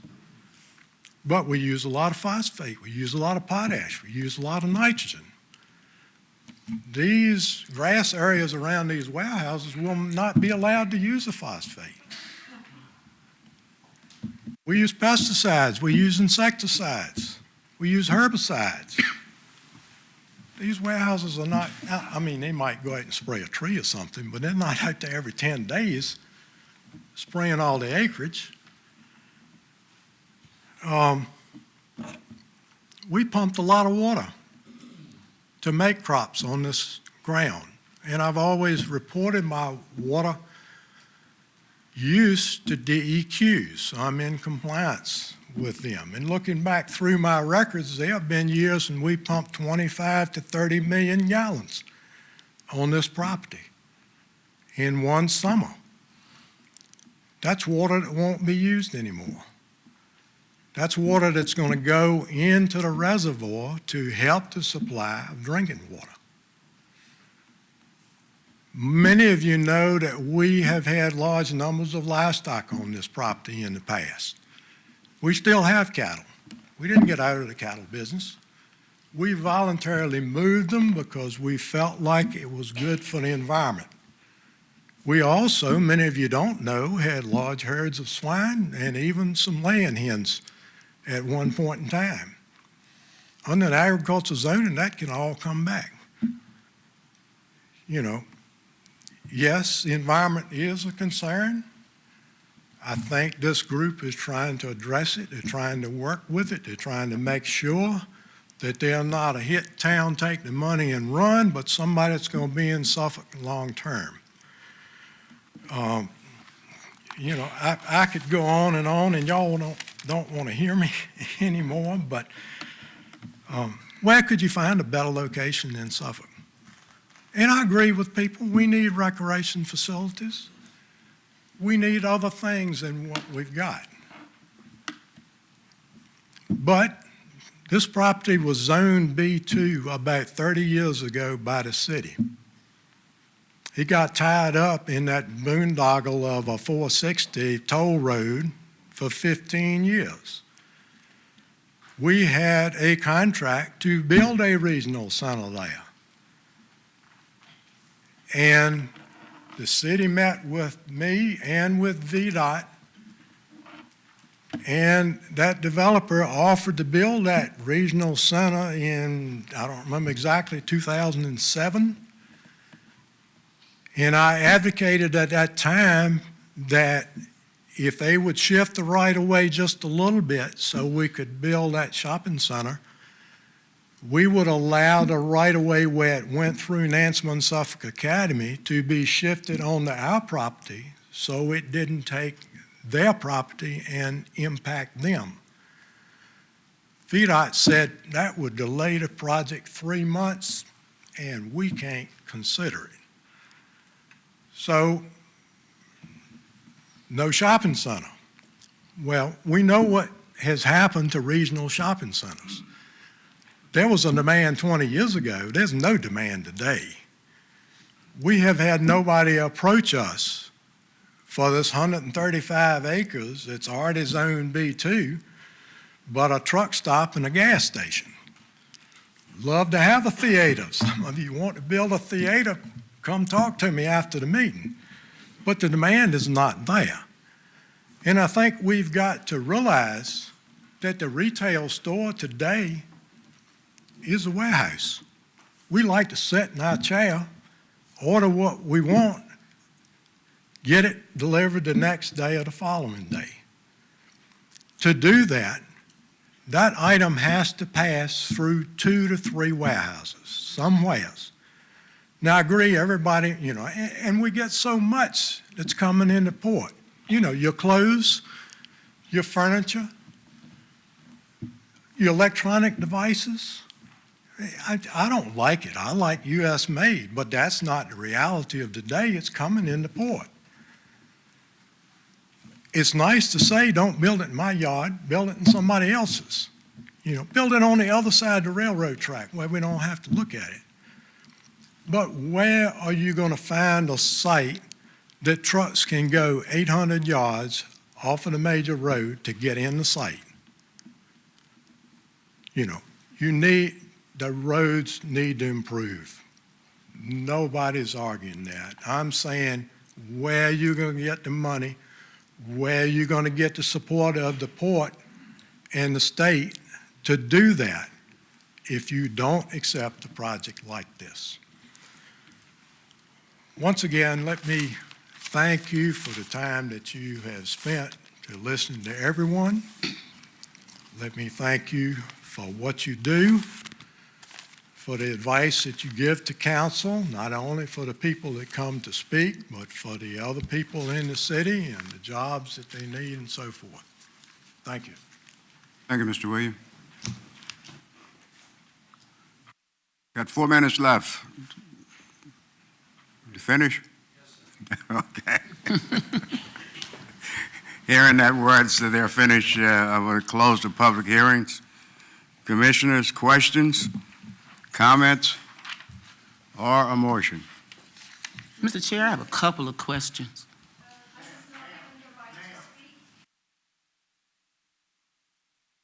The public hearing is closed, ma'am.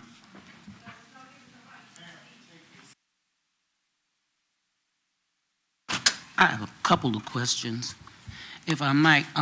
Mr. Cox made a statement, I think maybe Mr. Collins or what's the young man that was just up could answer.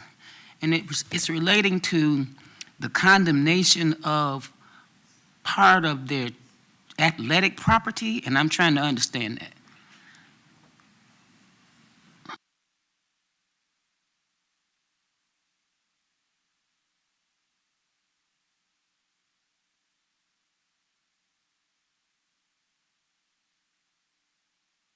Athletic property. My comment was that right-of-way had been acquired earlier from NSA, and it seems like if they were extremely concerned with the safety of their patrons, that they would have already built adequate turn lanes into the facility. Okay, Mr. Williams, I'm really not speaking about the turn lanes. Mr. Cox, are you still here? Collins? Yes. No, this young man. The point was is that we. Could you come to the mic, please? Yes, please. Could you come up front, please? If I might clarify, my point was is that we were under the understanding that there was a possibility that with the widening of 460, that the Academy would forego the frontage that is parallel to 460, which runs along the football stadium parking lot, 2 ball fields, and the tennis courts, that we were under risk of losing that were there to be widening of 460. That was my point. And if I used the wrong terminology, I apologize. But the understanding is that we might risk losing that acreage if 460 was widened. Okay. If that. Okay. I thought you were. Okay. Thank you. That does clarify what I was thinking about. My other question was in regards. This is directed to Mr. Collins. If you need to. Okay. Yeah, okay. So as it relates to acquisition of right-of-way with the widening of 460, so one of the things we did, I mentioned the longer-term perspective, take a longer-term look at what the traffic volumes would be, what the typical section would look like. And so we did develop a 6-lane divided typical section. And with that concept, what we show is that we stay off of the adjacent property. So we don't encroach, we don't have to acquire at this stage in the concept that we have, which introduces a median that would accommodate a turn lane. We don't encroach on those properties. So we don't get into condemnation, we don't get into takes as it relates to Nansemond Suffolk Academy along that stretch of 460. Okay. Now that does. Thank you. My other question is, excuse me, but my other question was related to M1 versus M2. You went for M2, so who wants to tell me about that? Would that be you, Mr. Kennedy?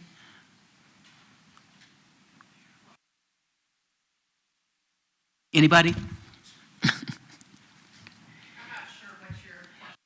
Is what they requested. They requested heavy industrial instead Yes, of they light requested industrial. heavy industrial, M2 versus M1. I was trying to understand the reasoning. Be one of the applicants why they requested that. I can answer the questions as what use would be appropriate in either.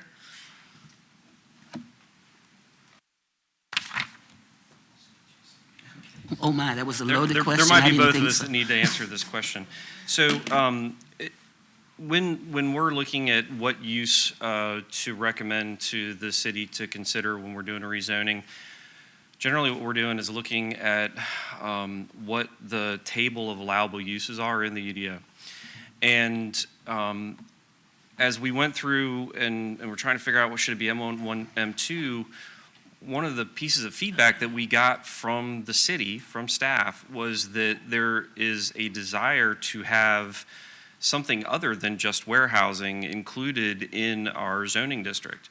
And the M1 zoning district is somewhat constraining with respect to, hopefully this makes sense, what things there are in our marketplace in Hampton Roads that are likely uses. N1 kind of tends to push those manufacturing opportunities out the door. So as we were being encouraged to consider and reconsider and advocate for having things that were other than just warehousing, we were encouraged to look at M2, but then to take M2 and strip out all of the really kind of much more onerous types of uses. I don't have the list. You guys have it in your packet. But what we did was we went through that entire list and tried to kind of get rid of the things that would be inappropriate to be next door neighbors to the next door neighbors we have. Cause noise, fumes, whatever. Things, slaughterhouses, bad things that you don't want next door to the uses that we are trying to fit into. So that was the nexus. It was us working with the community to try to create a more inclusive opportunity for high-paying jobs and different uses that were not as limited. The M2 is a more permissive, but we've crunched it down to be a pretty tightly wound M2 that doesn't let you go do things that are pretty obnoxious. Thank you.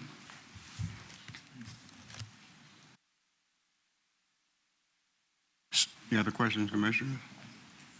Mr. Chairman, can the gentleman that addressed the widening of 460 come back up that just put something in his right breast pocket? Nothing secret, it was my phone. That's it. You said that the 460 could be widened or could be improved to the 6-lane status without any acquisition of any property. Is that my That's what we looked at right now when we laid out the typical section along that stretch. We weren't going to get into, encroachment or significant takes or condemnation of adjacent properties. And one thing that I didn't mention it, so the difference in context of the typical section is the proposed typical section going to 6 lanes divided would be curb and gutter. So it's not, what's sort of out there today, which is a 5-lane, 4 travel lanes, a center turn lane. You've got shoulder, you have ditch on the side. And so the idea is, you're basically taking that 5, turning it into 7, but you're also, keeping that typical section relatively tight because you're having curb and gutter, a closed drainage system versus the open system that's out there today.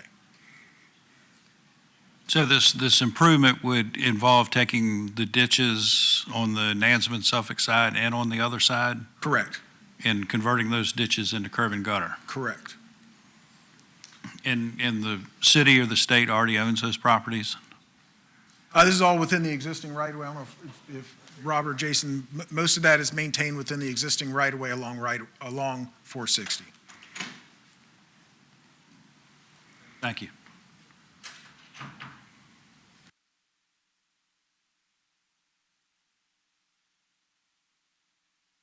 Sir? Commissioners? Mr. Lucy, would you like to come to the podium and address that?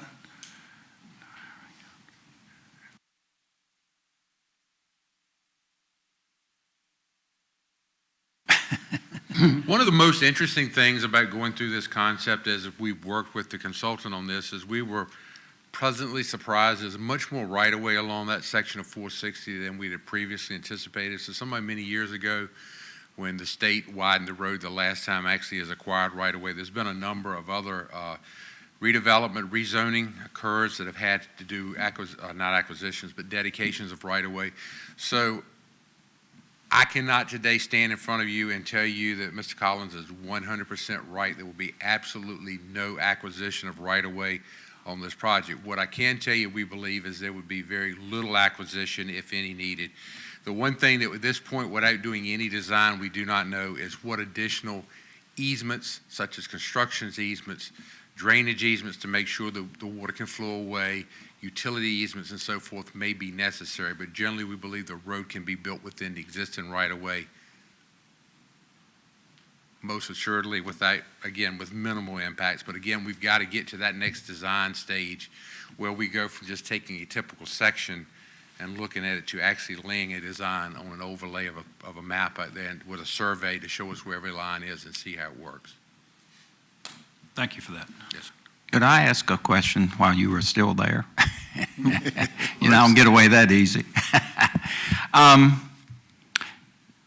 In the packet, the information, it's referencing changes to the intersection there at 58, the bypass. Yes, sir. Very obviously, that's probably a pretty dangerous intersection as it exists right now with the existing traffic.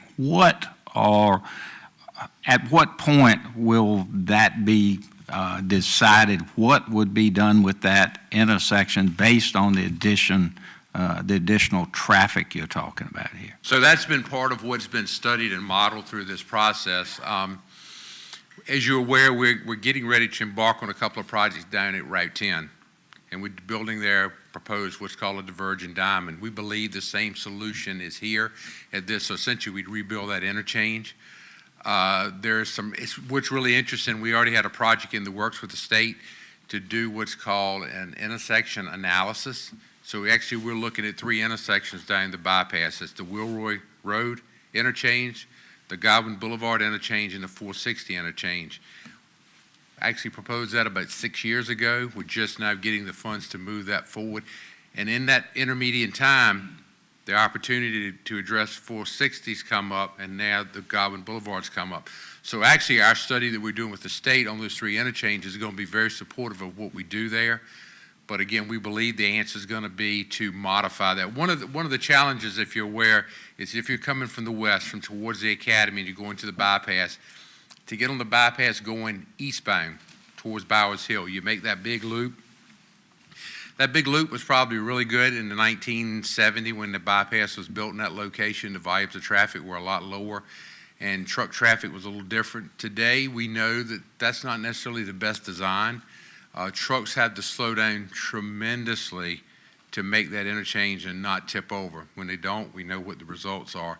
So essentially, again, it's going to reconfigure, but it gets away with those loops. It makes a much more direct access. It gives the trucks ability to get on the bypass, get up to speed before they merge in, and it modifies the interchange quite a bit.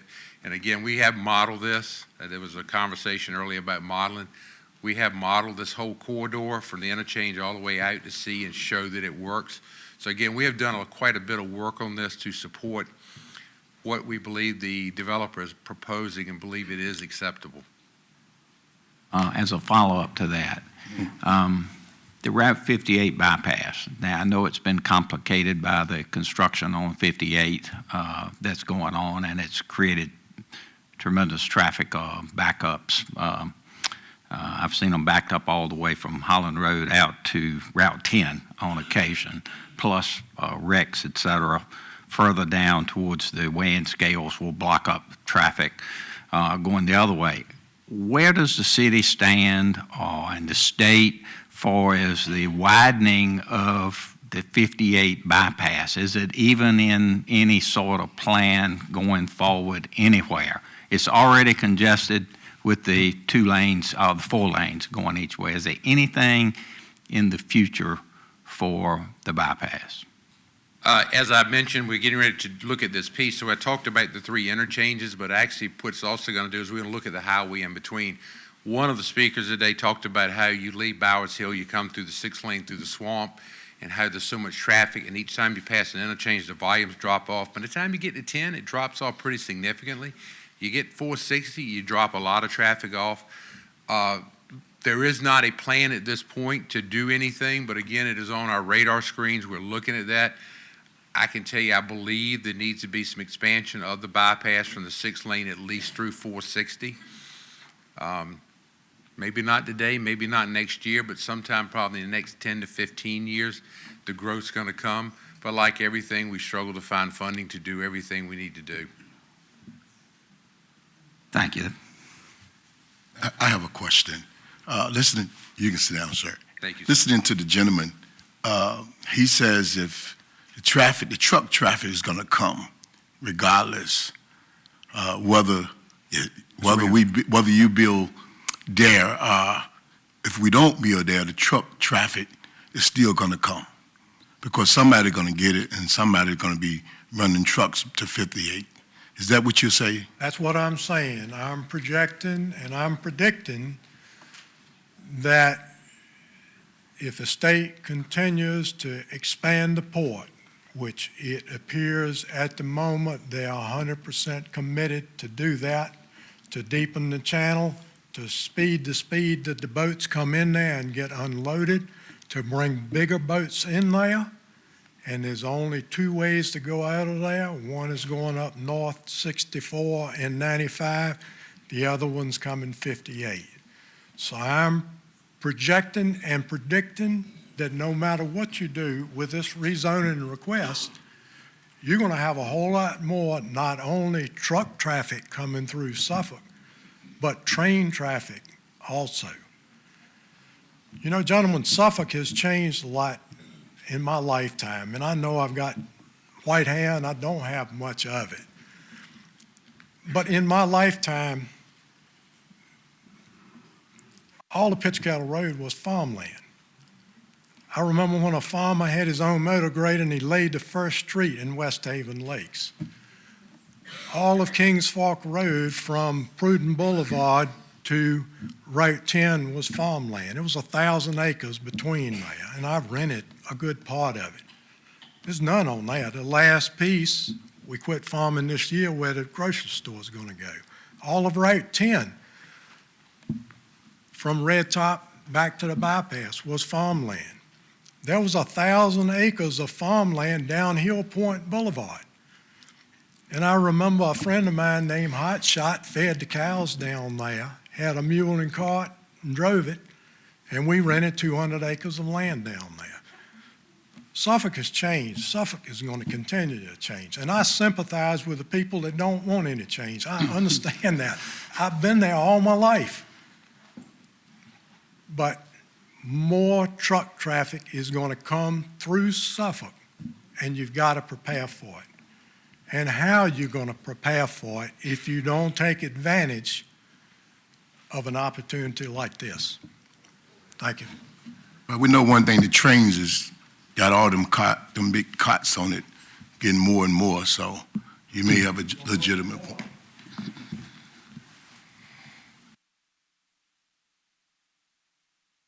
I think everybody's scared, so I ain't scared. Mr. Chairman, I got a motion. I move approval of RZN 2021-020 with any conditions. Motion for approval by Commissioner Hicks. A second.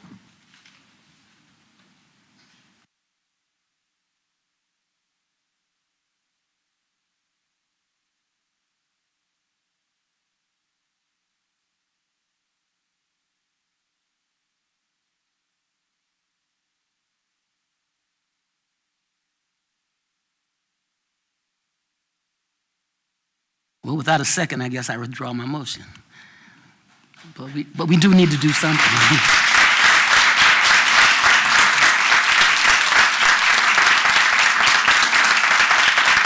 But may I make a comment, though, before this next motion gets made? Tabling this is just going to make the same discussion go on in 30 days or in 90 days or in whatever number of days. And the discussion is going to be the same. And the issue is not going to be any closer to being resolved. If they've been talking for the last 6 months and they haven't gotten where they want to be, then I don't see kicking the can down the road. Just keep kicking the can down the road. I don't see what we're accomplishing if we do that. And so that's why I offered the motion that I offered. If I wasn't sitting in this chair, I would have given you a second. I know. As a question maybe for the city, there's been some of the citizens and folks that spoke to us today did ask for maybe a consideration of a delay on this. It's my understanding because of the advertising, et cetera, even if we were to offer a delay, the maximum would be what, 60 days without it kicking off, having to be resubmitted and advertising, et cetera. Is that correct? Yeah, I believe the Planning Commission has to take a motion on a land use item before it within 60 days, is my understanding. There wouldn't be a re-advertisement. It would just go to City Council. Oh. Hey, guys. So if we were to delay it that long, well, beyond that, it would just, we'd be defaulting our vote on the thing and moving it to city council. Okay, that was what I wanted clarification. Just a couple of things, if I can say this. Obviously, I live on Pitch Kettle Road, off of Pitch Kettle Road, so this is in my neighborhood too, Mr. Williams. I drive Pitch Kettle Road 4, 5, 10 times a day. I drive Murphy's Mill Road. I'm very familiar with it. One of the citizens called me and talked to me about this project, and I said, look, I've driven around it. I've been driven through it. I've looked at it. I even told one of the other commissioners a little earlier, I said, I even sat there and looked at it and said, golly day, I'll never see another peanut on this, planted on this property, which I think it's some peanuts on there now. Do have some concern, obviously, the traffic, and I agree with you. It's probably going to come one way or another, but it may be several years down in the future if you're talking about the government doing anything, and if they're talking about dredging, it may be 20 years before they dredge, who knows. But 9,000 trips a day does create a lot of traffic. Just to go through a few points, widen Pitch Kettle, Kings Fork, then back to Lane Country Road, then widen at Pitch Kettle 460 with a turn lane. Quite frankly, we don't need any tractor trailers on Pitch Kettle Road anywhere. State signage. I did go to the meeting, and I thank the proponents for providing that. I thought it was a little unique in that it was stations for those of you went, and so you got to see what was going to happen, but it really didn't open up a lot of dialogue. It was basically, here's what we're going to do, and showed us what to do. State signage program to deter truck traffic from using Pitch Kettle Road when traveling from Route 58. Yeah, right. A trucker will look at a sign and think to himself, hey, a shortcut. So there are already a lot of tractor trailers on the road. Some of this would possibly direct existing tractor trailers directly to in front of Nancy Suffolk Academy. Interchange at 460 and 58 bypass, I did ask about that. And it sounds like it's, when is that going to take place? Is it going to take place after this development takes place? That's what happens in the city of Suffolk so much. We develop stuff, and the road and the transportation system just not ready for it. So here again, the bypass is already dangerous. It's overloaded now. Is it going to be 15, 20 years before something like that happens? 58's a mess, backs up a lot. Route 17's a mess, going to get worse as work started there. Shoulders Hill is a mess, and now we're going to make 460 and the bypass a bigger mess. This project looks fabulous from the monetary contributions and the taxes. I mean, from an economic standpoint, when I first looked at it, I said, man, this is great for the city, but is it great for the citizens? I made the comment, I just made a comment that it looks like what we're doing again. I mean, this is a huge project. I don't know of any project like this anywhere other than maybe North Suffolk, where we developed the northern part of our city. But it looks like to me we're putting the cart before the horse, before we have even the improvements to the water and sewer, improvements to the intersection.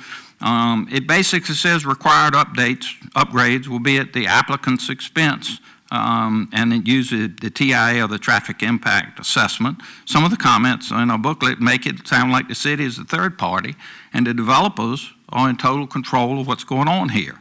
So it just concerns me to the standpoint. It's a huge project, and maybe it is moving too fast. Maybe that is a great place for this project, but I just don't believe that the infrastructure is in place now. And quite frankly, I don't see it being in the immediate near future. So I'm going to have a difficult time supporting this project. That's all I got to say.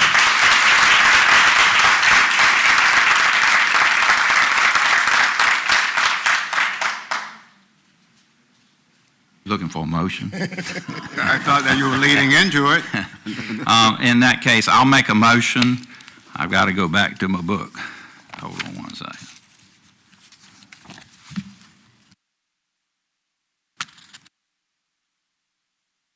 I'd make a motion that rezoning request RZN 2021-020 conditional be denied.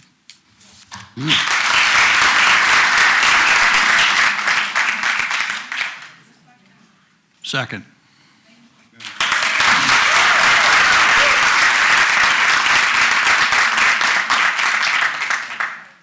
Mr. Chairman, we can have a discussion of the motion. You got discussion of the motion if you want. Thought long and hard about this, and this has been one of the more fascinating discussions that I've witnessed from this dais in the almost 16 total years that I've been on the Planning Commission. I agree with Commissioner Staler that this is a huge project. One of the things that concerns me a little bit is that there was a public meeting on June the 1st where input was sought, and I don't think between June 1st and July 19th allows enough time for rebuttal and more discussion about the concerns that may have been raised at that meeting. I have some concerns about, the jobs that would be created. When we moved my business that I worked with for 36 years from Norfolk to the building on Loomis Road, that was a 90,000 square foot building, 300 feet by 300 feet. We were in 1/3 of it, approximately 30,000 square feet. We employed 14 people in that shop, not to mention out-of-state salespeople, and used a lot of services within the city of Suffolk to maintain our industrial use that we had for that facility. The other 2/3 of the facility was a warehouse where they brought stuff in and brought it back out. They had 3 people. Occasionally they brought in some seasonal workers, but basically on a day-to-day basis, they had 3 people. If you go to the City of Suffolk's 2021 economic report, by far the largest contributor in dollars invested into the city was for warehouses. By a huge margin, the greatest number of square feet of new facilities that were erected in the city of Suffolk were warehouses. If you go to the number of jobs that were created, the number of jobs that the warehouses created in proportion to their investment and square footage was about 1/5 of what most of the other industries were that they had cited. When I was in 9th grade, we had a world history teacher, Dave Trickler, great guy, taught world history and also coached the basketball team. One of his favorite things was he really liked metaphors for cities. Alabama, the Star City of the South, Lynchburg, the City of 7 Hills. What I don't want to see is the metaphor for Suffolk to become Suffolk, the warehouse of the Southeast United States.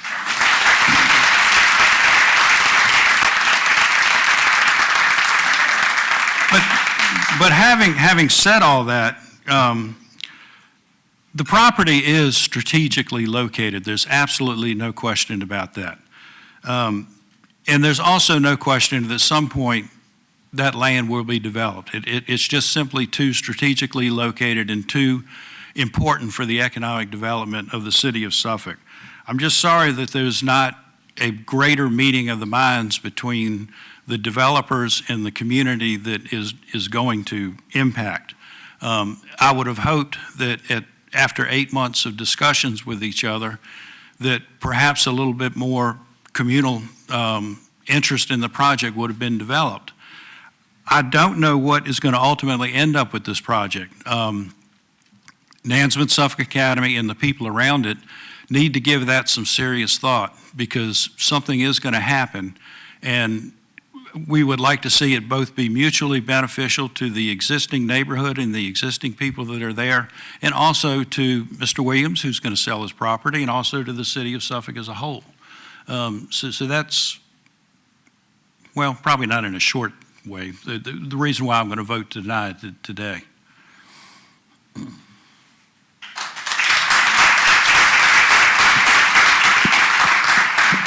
Mr. Chairman,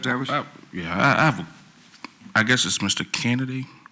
Yeah, I have a couple of questions based off the application before we vote. I don't want to prolong anything. This map is on the screen now.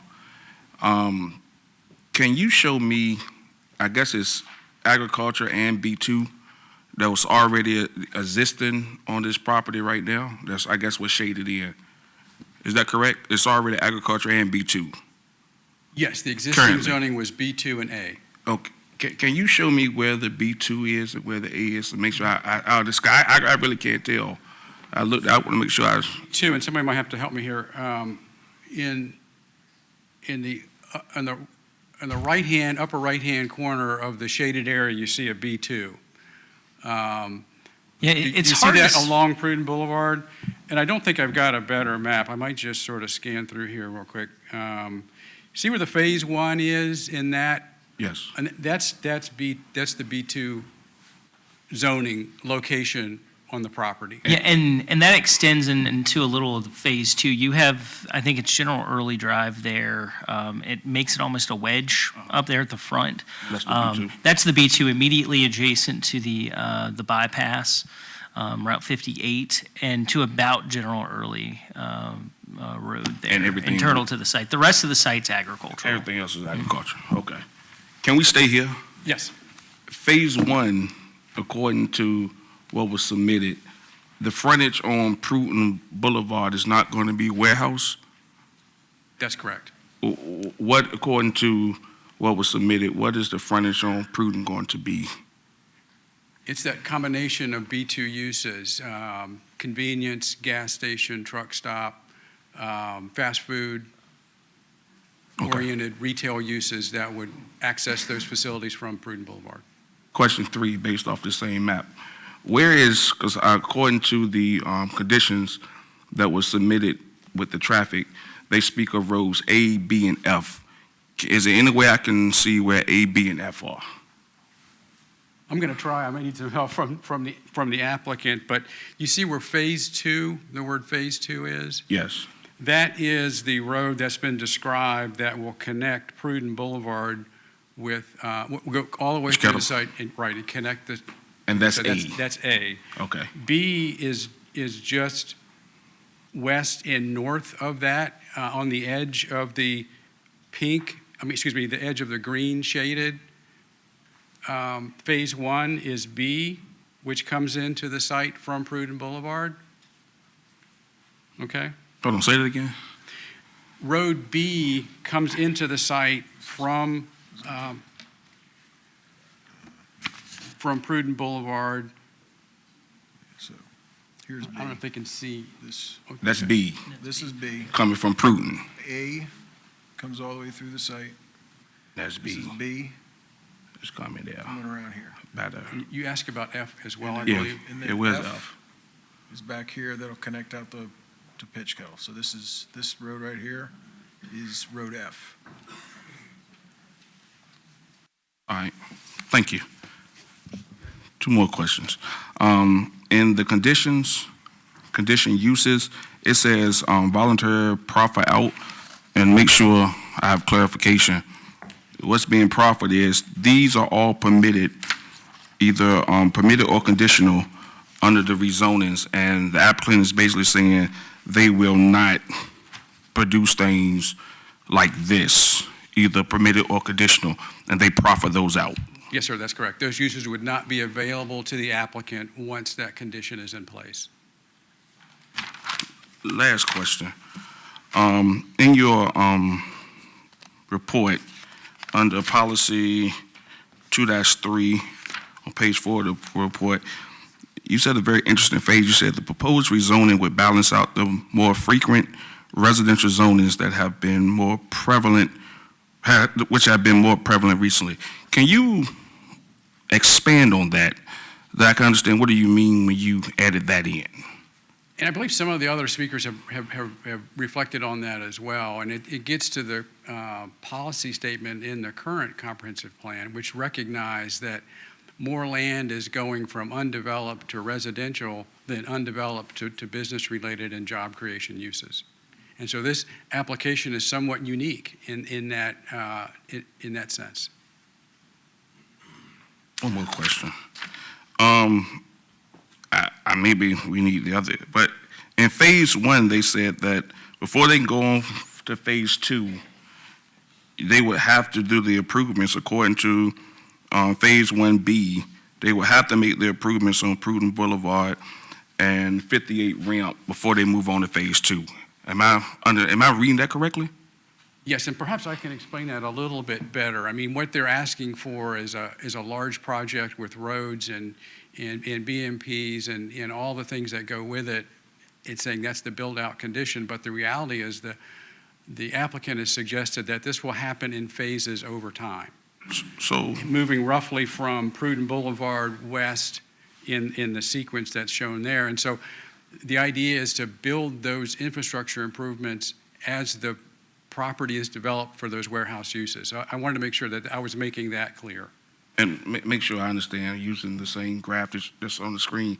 Phase 1 has, what, about 3 warehouses? Roughly 2, 3? It looks like that's correct. So basically, if it's approved, before you can go on to Phase 2, which is the ones further into the property, 58 improvements have to be done before we get to even close to the other 7. Am I reading that correctly? Might be a question I have to defer to our traffic folks. So the intent of the phasing of the development, as well as the correlation, if you will, to improvements is exactly as you're describing it. So as Phase 1 comes online, which is primarily that B2 component with all the frontage along Prudent Boulevard, as well as, I think we're in about the 950 to 1 million square feet of warehouse and distribution associated with Phase 1. So improvements need to be in place to support that piece, that component, and then Phase 2. If Phase 2 gets triggered, there's a site that somebody really likes, then the improvements that would be associated with that area of the development would have to be implemented as well. And with Phase 2, it's really the extension of Road A and some of the subsequent intersections that go along with supporting access to those other warehouses would come online as well. But the idea is that it's not going to all just pop up out of the ground, within a year or 2 years. There's an intentional approach to development over time. Make sure I'm clear. So basically, Phase 1 is basically the equivalent of what we have across the street. So is frontage of B2 with restaurants or whatever owned 58, and you're going to have to do the connection on Northgate going down Prudent. And is Road B a part of this Phase 1 as well? Make sure I understand. Yes. So, okay, and then you basically get 3 warehouses. You have to do 58 bypass improvements before you can go on and get to the other 7. Make sure I'm understanding it. 460, yes, sir. Thank you. Now, can I make a comment? Real quick comment. I want to say this to Commissioner Hicks. The only reason, I'm serious. I'm real serious about it. The only reason I did not second your motion is because I wanted to give the applicant an opportunity to explain to the community what they're doing. If the community is telling me that they are not sure and they're not getting it and it hasn't worked in 5 months, I want to give the applicant and the community a chance to have a conversation. That's the only reason I didn't second the motion to approve it then. But now we have denial, so I have to make a yes or no vote. But I was hoping we would have gave the community one more shot to have a real conversation. And with that, I yield, Mr. Chairman. Okay. And for this, motion is for denial. A yes is for denial, okay? Yes means no. Mr. Wine, will you call for the vote, please? All right, commissioners, please vote.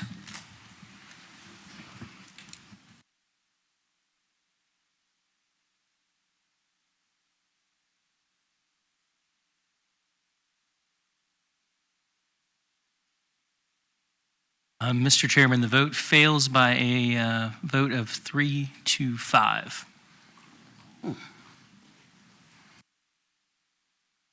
Okay, commissioners, that motion failed. Commissioner Hicks, you may have another shot at it. Sure, I'm going to try. I again move that RZN 2021-020 be approved with the conditions. Got a motion from Commissioner Hicks for approval. Second motion. Got a second from Commissioner Edwards. Mr. Meyer, why don't you move for the vote, please? Commissioners, please vote.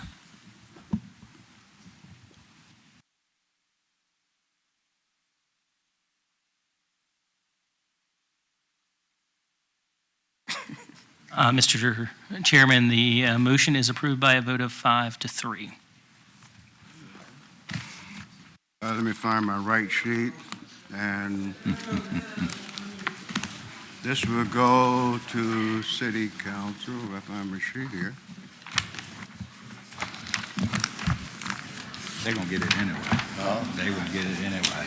Mr. Williams and your group, you have a motion to go forward to City Council.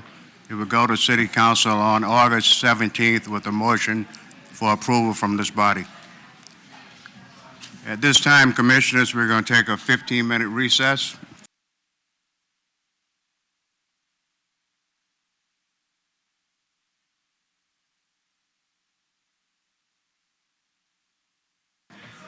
I'd like to call the Commission meeting back to order. The next item on our agenda is rezoning request RZN 2022-005 conditional Glenwood subdivision. Mr. Wyman, will you read the caption, please? Yes, sir. Thank you. This is rezoning request RZN 2022-005, conditional Glenwood subdivision submitted by Bob Arnett, South Suffolk Development Group, LLC, applicant and contract purchaser on behalf of Pat and Antoinette Coderone and White Marsh Development, LLC, property owners, in accordance with Section 31304 and 31305 of the Unified Development Ordinance, to rezone the official zoning map of the City of Suffolk to change the zoning from A, Agricultural Zoning District, and RR, Rural Residential Zoning District, to RU, Residential Urban Zoning District, for property located at 1355 White Marsh Road, zoning map 35, parcels 17 and 18. The affected area is further identified as being located in the Cypress voting borough, zoned A, Agricultural Zoning District, and RR, Rural Residential Zoning District. The 2035 Comprehensive Plan designates this area as part of the Central Growth Area Core Support Use District.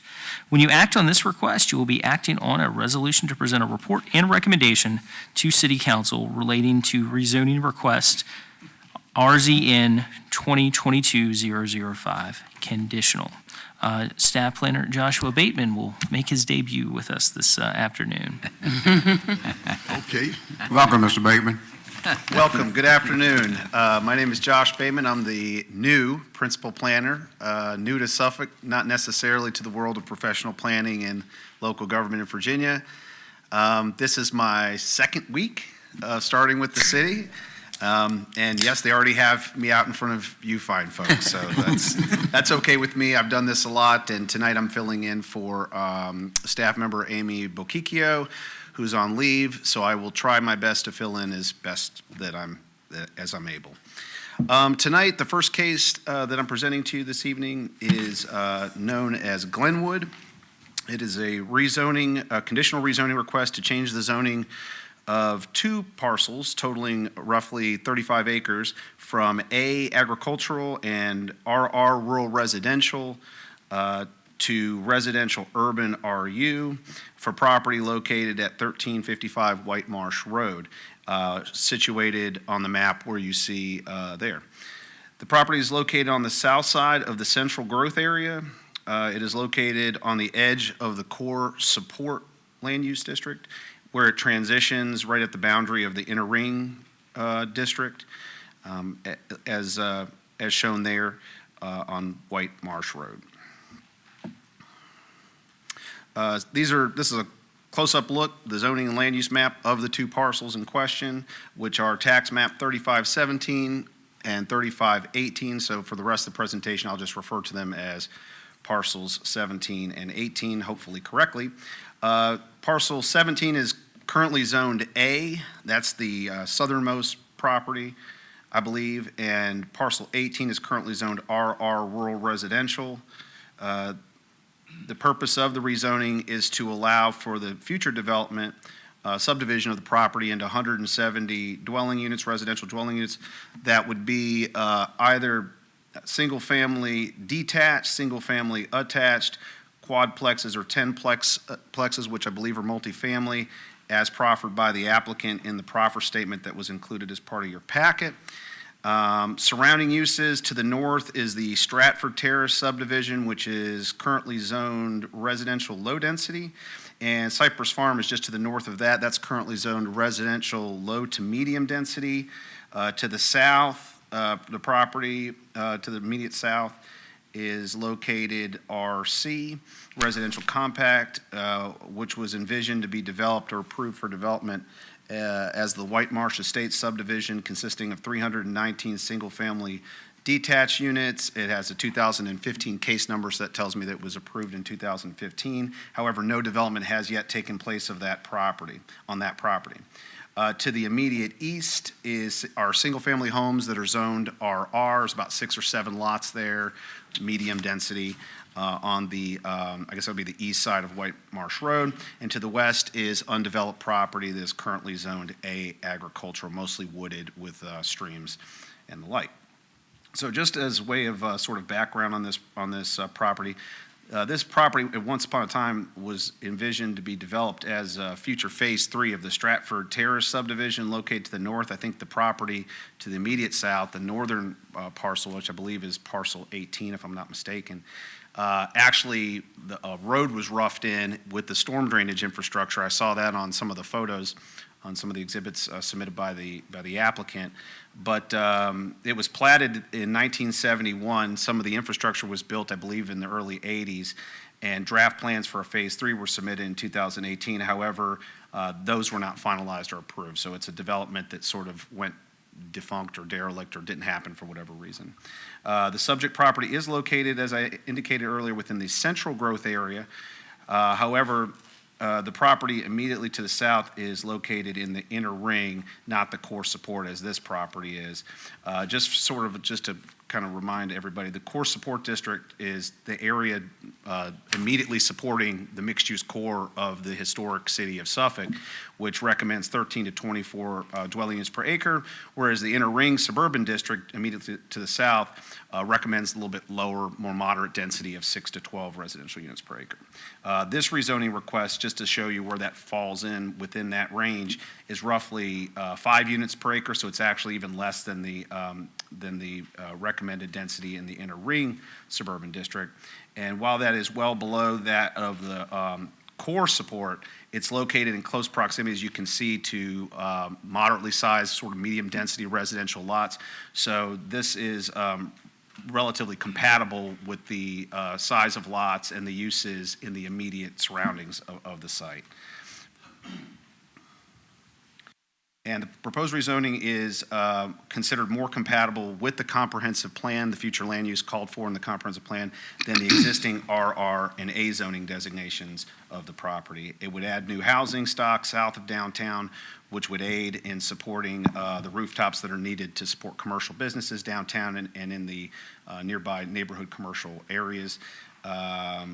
And lastly, while quadplexes and 10plexes, make sure I say that correctly, and 10plexes are not currently present in this area, that would offer new opportunities for diversifying the stock of housing that's available in that neighborhood and in that part of Suffolk. The Department of Public Works, Engineering, and Public Utilities have reviewed the project and had their concerns addressed and expressed no further objections to the application as presented to you this evening. As far as the existing condition of the property contains a house at the front on White Marsh Road, a couple of poultry barns, as you can clearly see in the aerial image there. There are about 3 storage buildings with various types of equipment and stuff in them to support poultry farming operations. There is a riparian feature there at the back of the property, at the rear of the property, that runs along the boundary. And just so you're aware, the drainage here is generally to the left of your photo, the center left of your photo, so it's to the actual northwest. That's the direction of flow for those creeks. There's an existing church on what looks like almost like an out parcel there on White Marsh Road that's next to where the access to this subdivision would be. In terms of the rezoning exhibit, this is something that we require to show the boundaries of the parcels to be rezoned as well as their precise acreage, and that comes out to be right at about 35 acres. I think it was actually 34.95. You can see the Stratford Terrace subdivision to the north and the area proposed for future subdivision to the south in that residential compact zoning district. In terms of the proffers, the applicant has proffered to limit their total number of residential units to 170, as I mentioned, consisting of a mix of attached, detached, and multifamily. The developer has proffered traffic improvements as outlined in their traffic study, which include right and left turn lanes, I believe, into the development from White Marsh Street, as well as improvements to West Washington and down the road. And those have been reviewed by our traffic folks, and they found those acceptable as well. Overall, just to summarize what those are, turn lanes are proffered at East Washington Street and White Marsh Road in the event that develops in the south does not construct it first. So the proffer is timed so that the applicant has to make those improvements before receiving the first CO for the property if the subdivision to the south doesn't occur first. And turn lanes at the site, as I indicated, will be installed.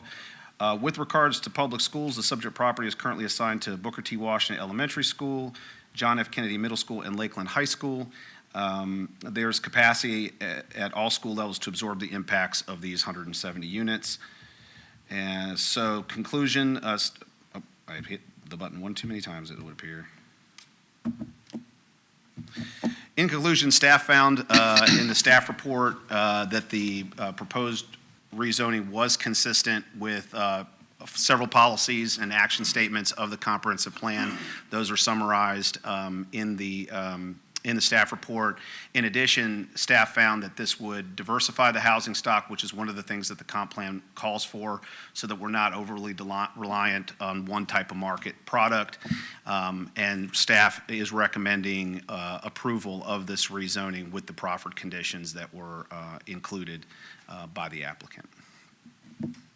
If there are any questions following the public hearing, I will try to answer those as best I can. Thank you. Thank you, Mr. Bateman. I will now open the public hearing. Who would like to speak in favor of this request?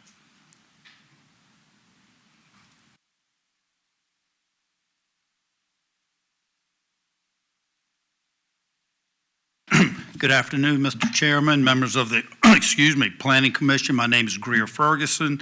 I'm an attorney. I'm representing the applicant, South Suffolk Development Company, in this matter today.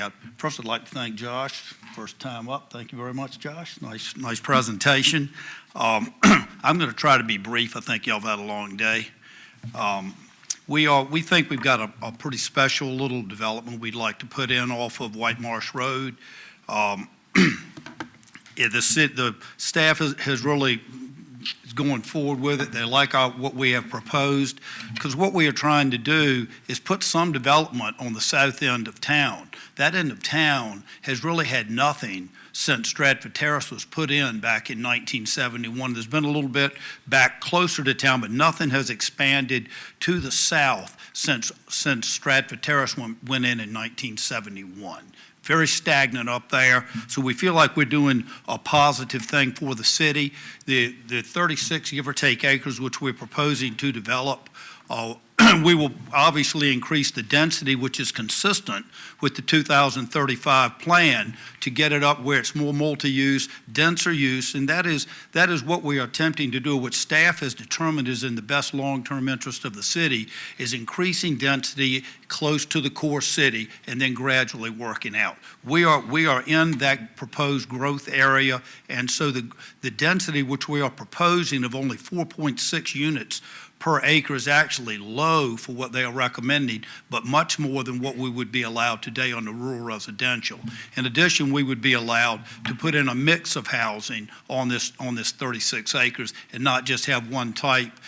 We are not we don't know exactly what will go in. It will be a mix. The market will make some determination, but it clearly will be housing that will fit the area and we think will be a positive thing. If you look at this property today, he's correct. They're actually, I met the landowner and he was quite proud. He's looking to sell his property. He's been there a long time. But he told me, he said, Mr. Ferguson, I have raised 2.5 million chickens on this piece of property, and I'm darn proud of it, but I'm ready to sell it. And 2.5 million coming off that little piece of property is a lot of chickens. But it's time to move on. The residents of Walnut, of Stratford Terrace are ready to move on. We have spoken to our neighbors. The church that is referred to that's almost right beside us is the Jehovah's Witnesses. I have a letter from them where they place no objections to our project. I could stick it in the basket or whatever, but we did check with our neighbors. They have no objections to what we are proposing to do. We have checked with as many neighbors as we could in the Stratford Terrace area, which we would impact, and we got no objections from them. We spoke to Charles Brown, former city councilman, who kind of knows everybody in the neighborhood, and he said there was no objections so far as he knew, and he had no objections. So we feel that with the neighbors kind of wanting some development in that area, that we're putting something in that we think will be a good product, that we would just ask that you approve this. And I'm not going to go on and get into the facilities and the proffers. I will, on the proffers, I mentioned that we are making road improvements. When we go in, we will be making an extension to the left-hand turn lane coming off of Portsmouth Boulevard into East Washington Street. So when you come off of the bypass, you don't immediately get backed up. So that lane will be extended so that there's more room for cars to be in the left-hand turn lane. When you get up to the intersection of East Washington Street and White Marsh Road, that's a little bit of a bottleneck. We will be putting in a left-hand turn lane there to assist with traffic at that intersection as well. In addition, we've limited the number of units to 170, and of course, we will be required to put turn lanes into our development off of White Marsh Road. So we feel we have a good development, one that is consistent with the 2035 plan, and one that we think the residents of this part of Suffolk welcome. Thank you very much for your time. Thank you, Mr. Ferguson. Is there anyone else to speak in favor of this request? Hearing none. Is there anyone to speak in opposition? Hearing none. Up.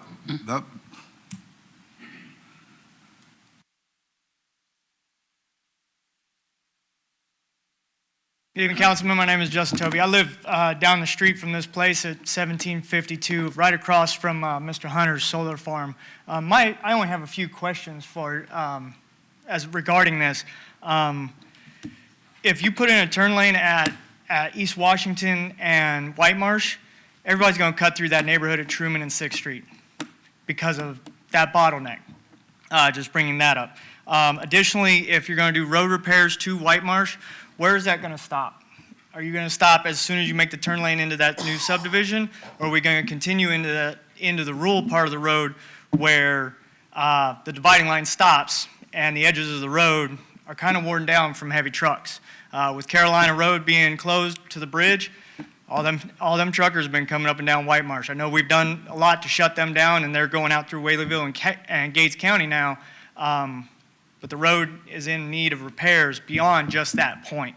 And those are my real questions to this proposal. I'm not against expansion. I'm not against creating more density and moving forward for the town. I just want to make sure that it's not stopping as soon as that edge is defined once again. And then more heavy trucks on a small road.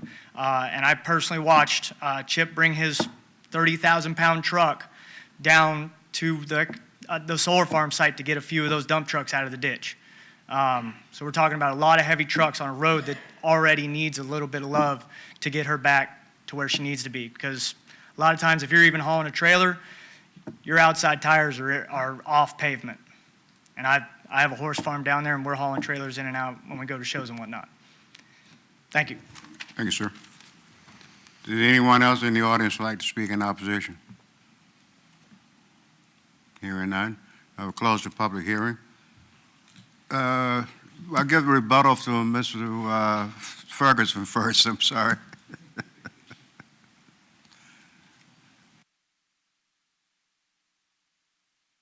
Yes, I can appreciate the concerns. Obviously, trucks are a problem everywhere in Suffolk, but we will only have trucks during construction. We don't plan on having trucks coming in out of our neighborhood once it is completed. We are doing what we can to assist with the traffic pattern. Like I said, we're assisting in the turn lane coming off of Portsmouth Boulevard. We will assist in the having a turn lane at White Marsh and East Washington Street. And we, of course, will have turn lanes coming into our development and will improve the road in front of our development. And that's really about the best we can offer is to the city and to any residents living out in that area to assist. The traffic engineers have said that we fit into the box. They've expressed no concerns. Obviously, sometimes residents get used to seeing 3 cars a day. When it goes up to 5 or whatever the numbers are, they get alarmed because it's more than they were used to. It's growth, and we're going to have growth. And the long-term planners have put this area in for growth, and we think that this is a good project. We would appreciate your recommendation. Thank you. Thank you, Mr. Ferguson. I will now close the public hearings. Commissioners, questions? I've got a comments? question, please, and I'm not exactly who to address this to. I've got a pretty good knowledgement of apartments, but what is a 10-plex? If somebody could explain it, what a 10-plex is? 10-plex, it would be a Multi-story? It would be multi-story. But the units sold, or would they be rentals, or? No, these would be sold. These would not be rented. Okay, I've never heard. Proposal is Yeah. These would be owner occupied. Obviously, I could buy one and rent it out. Sure. The developer would not be renting them out. Okay, I just want a little clarity on what a 10-plex was. Any other questions, comments? Mr. Chairman, I have a real quick question. I don't know. I guess is it Baker? Bateman. Bateman. Yeah, Mr. Bateman, can you come up? and can you get the like the zoning map with the use districts? Yes, sir. Just give me 1 second. Yeah, I Let me get some understand. IT I understand. support. Welcome back. I pressed the button too many times and been here 5 minutes and already broke the program, so. Did you want to see the All the zoning way. map? Yeah, Yes, sir. The use district map. Yes, sir. Well, your question again, I'm sorry. Yeah, one more. Oh, okay. Yeah, that's a big star. You see where it says subject property? Yes, sir. That's a huge star. How much core support do we have on, like, is this a bad term, but is this Haitian's wall for core support, or is there some more core support land on this corridor? I think this is the southernmost. This is southernmost. The southernmost core support. I think this is right, let me show you the map here.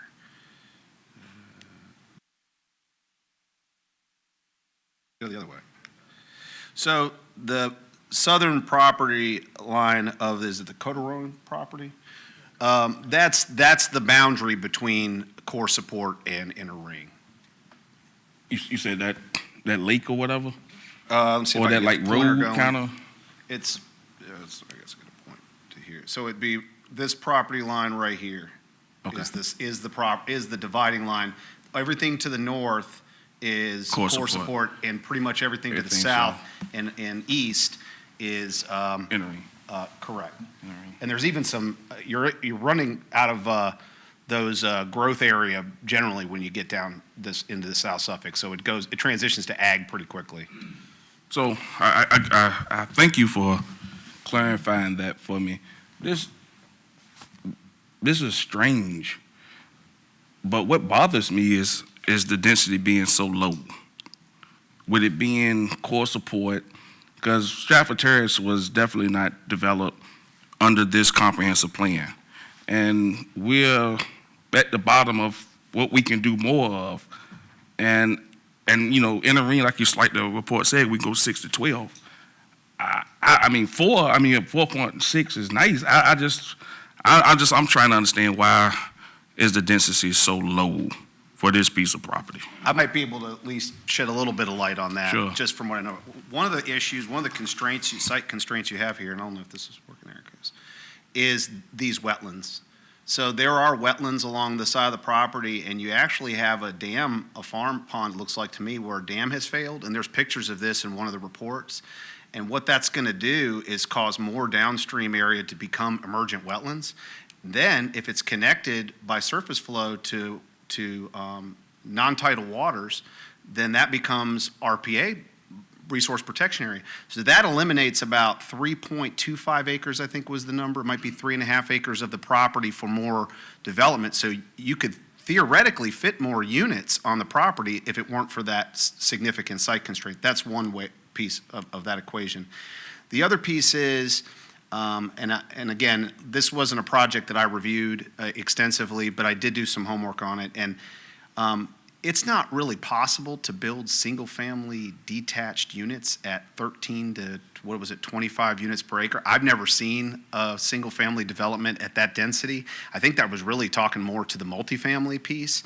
And then as far as when you get to the inner ring designation of 6 to 12 single-family detached and attached units, you're really looking more at attached units that are going to be in the 6 to 8 dwelling units per acre range for most types of development. So when you're looking at single-family detached, I mean, the highest densities you're going to get out of that is about 4 or 5 units per acre. And that's what this is doing by combining single-family detached, single-family attached market product, and the possibility, the potential for things like condos. Given the site constraints that you have, it limits you. And the other thing is, these lots are almost like what we call flag lots. You know, they have access by way of a skinny corridor. It's not really possible to do any units in those corridors, even though they take up, the acreage adds up. So we feel like the applicant is maximizing the yield on this particular piece of property and building also something that is compatible with this neighborhood to the north, for one, because that's really, you got lot sizes in that neighborhood that are somewhere on the order of half an acre up to maybe an acre or more. That's really getting into medium and even lower density. Now, to the north of it, you do have a smaller lot subdivision with lots that we see in the 6,000 to 8,000, 9,000 square foot range. And then with what has been approved for the property to the south, staff felt that this was compatible with the prevailing land use pattern, even if not perfectly compatible in terms of those density ranges with the comprehensive plan. So that's kind of how I try to answer that question. Thank you. Yes, sir. While it's there, I have a quick question. I know when the property that's south of this came up, I was new on the planning commission. Do we know what the status of the White Marsh Estates is? Do we have any idea what that is? We'll let Mr. Wine answer. I mean, you can try to answer it. You've been here 2 weeks. No clue. 2 words, no clue. I mean, I've been here longer than you.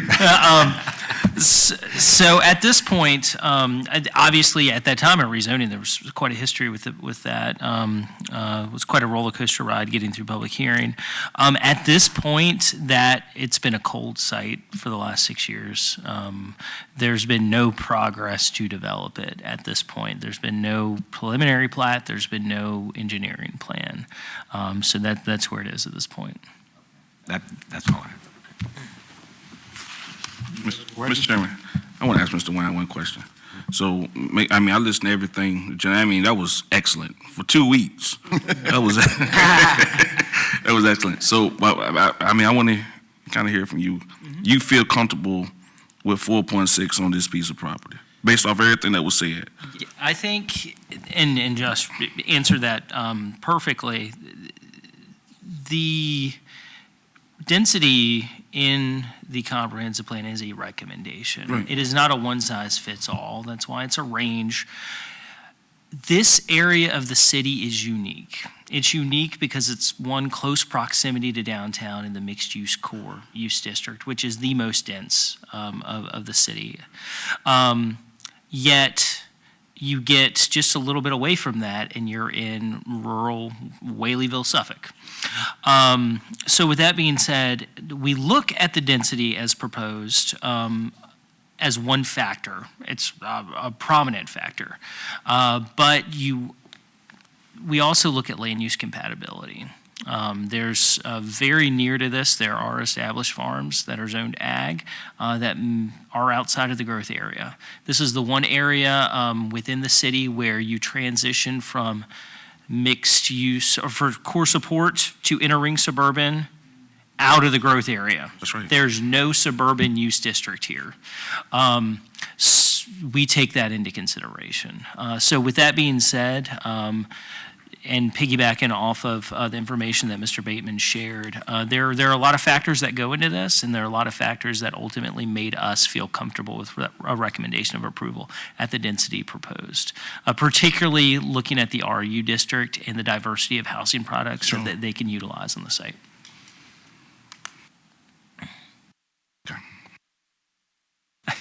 One other quick one. You finished?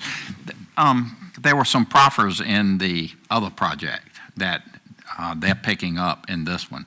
What happens to the proffers on that one if they go forward after this one's been done? Is they just go away?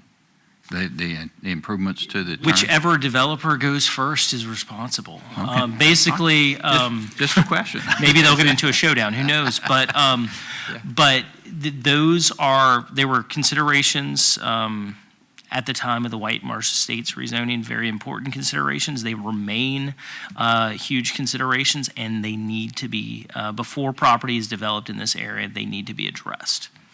Yeah. Thank you. Any more questions? I'll accept the motion. Mr. Chairman, I'd like to move that rezoning request RZN 2022-005 be approved. Second. Second. Discussion of the motion? Call for the vote. Commissioners, please vote. Actually, let me clear that out. Oops, sorry. I don't know what I'm doing. You should have taken the class. I should have. All right, commissioners, please vote.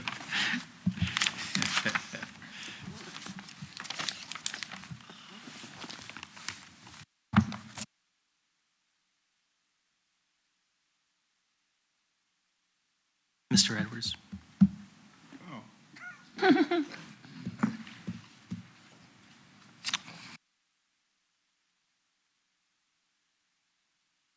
Mr. Chairman, the vote is approved by a vote of 8-0. Thank you, Mr. Wine. Mr. Ferguson, this will be going to City Council on 8/17 with the motion for approval from this body. Okay. Moving along with our agenda, the next item is a rezoning request RZN 2022-006 Linwood-Turlington Road rezoning.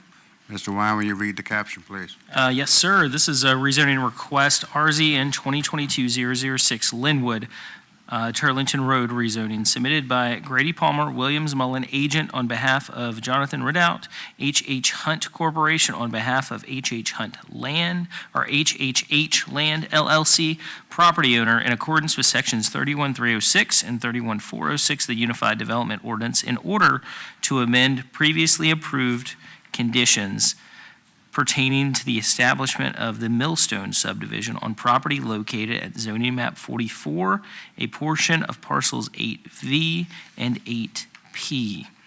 The purpose of this request is to amend the proffers to increase the number of dwelling units by 42. The affected area is further identified as being located in the Whaleyville voting borough zoned RLM, residential low-medium density zoning district.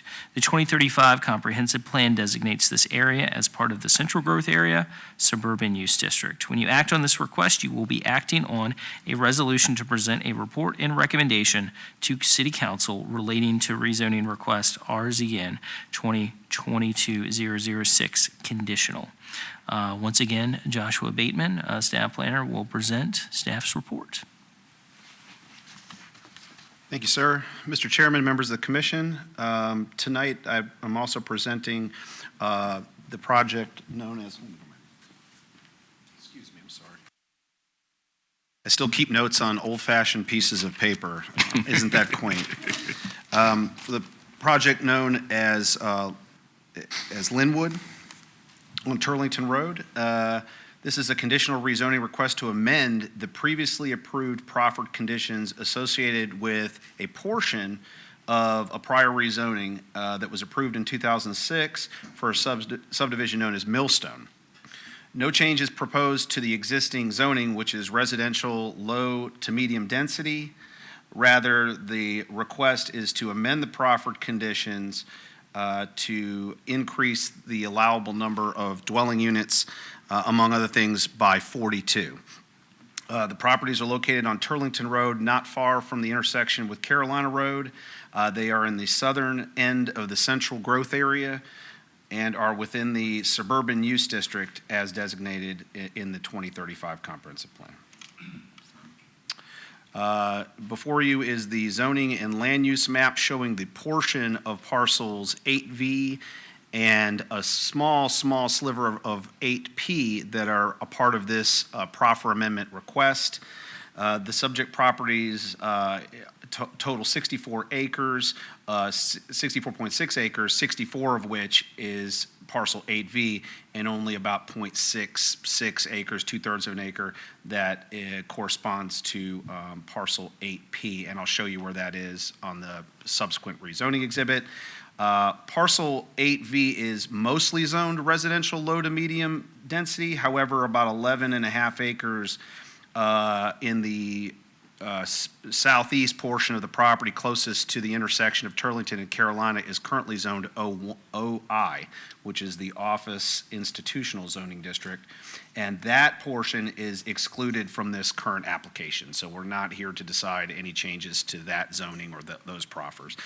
Just with a portion of the property that corresponds to the residential low to medium density district. The flagpole portion that I'll show you here in a minute of 8P is also zoned RLM and is a part of this request. So that is being considered as well, but that's the reason for the small acreage, is it only corresponds to that skinny little flagpole that was the access to parcel 8P. Just so you have an idea of what's around it, surrounding zoning uses to the north, you have single-family homes and the Davis Lakes Campground. Also, you have mostly undeveloped property zoned M1 to the immediate north. To the south are single-family residential properties that are currently zoned residential low to medium density along both sides of Turlington Road. To the east are single-family homes, existing single-family uses, as well as commercial uses along the west side of Carolina Road. That's zone B2. And to the west, you have single-family homes as well as the undeveloped property, the parcel known as 8D, which was previously one of 3 parcels that was part of that Millstone rezoning. So that was separated out in 2018. The proffers were amended for that separately, and that was being developed separately. And so now this is being developed as the rest of it. And the proffer amendment applies to that. So that, just so you have the background, parcel 8D received proffer amendment approval in 2018, and we've actually approved a preliminary subdivision plat for that as of February of this year. So that's for 60 single-family detached dwelling units.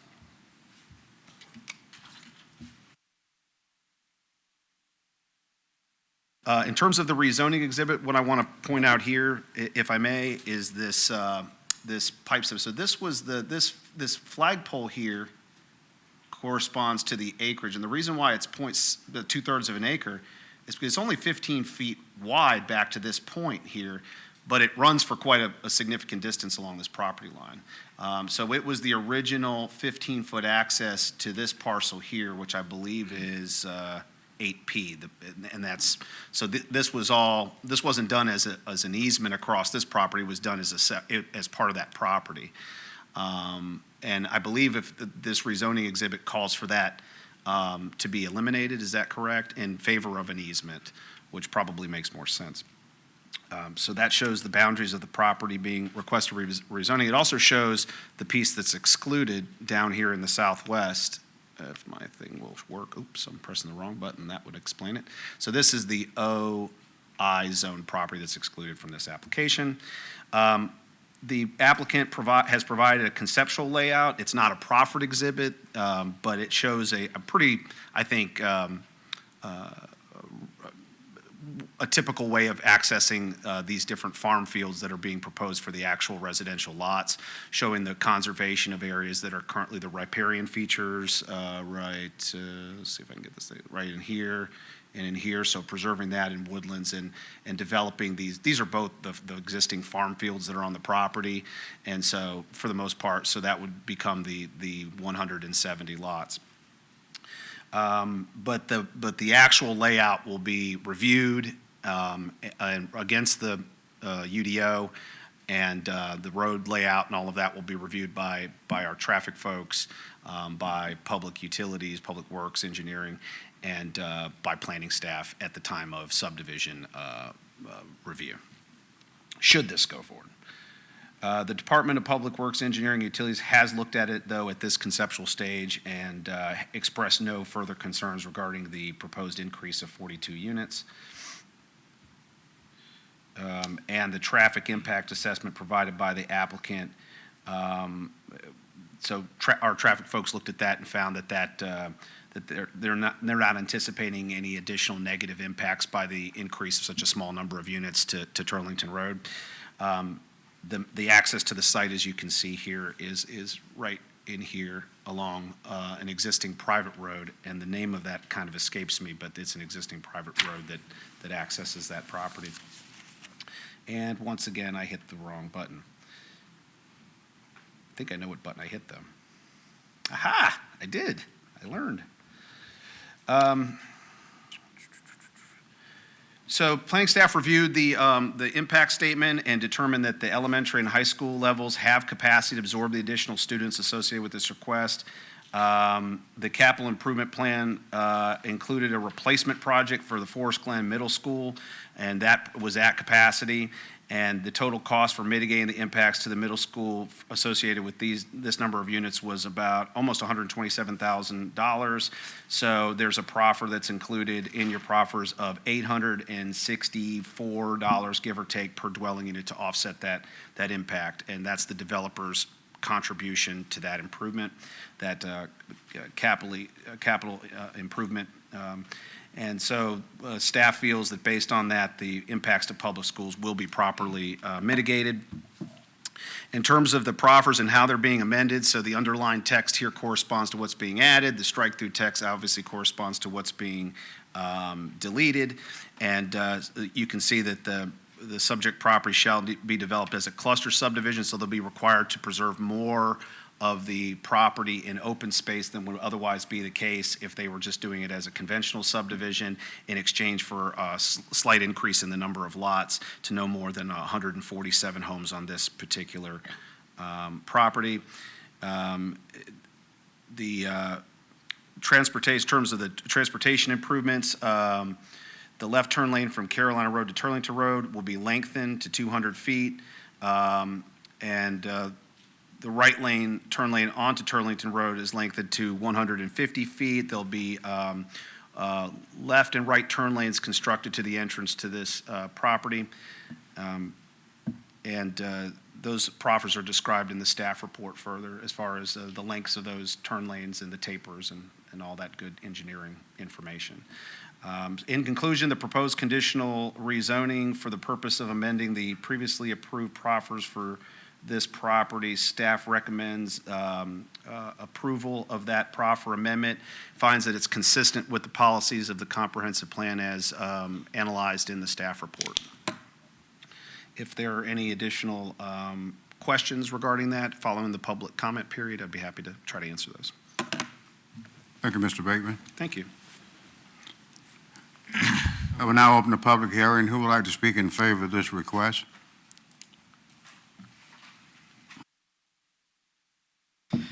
Good evening, Chairman, members of the Commission. My name is Grady Palmer. I'm an attorney at the law firm of Williams Mullen, representing this evening now, H.H. Hunt, who is a very well-respected home builder located in Richmond.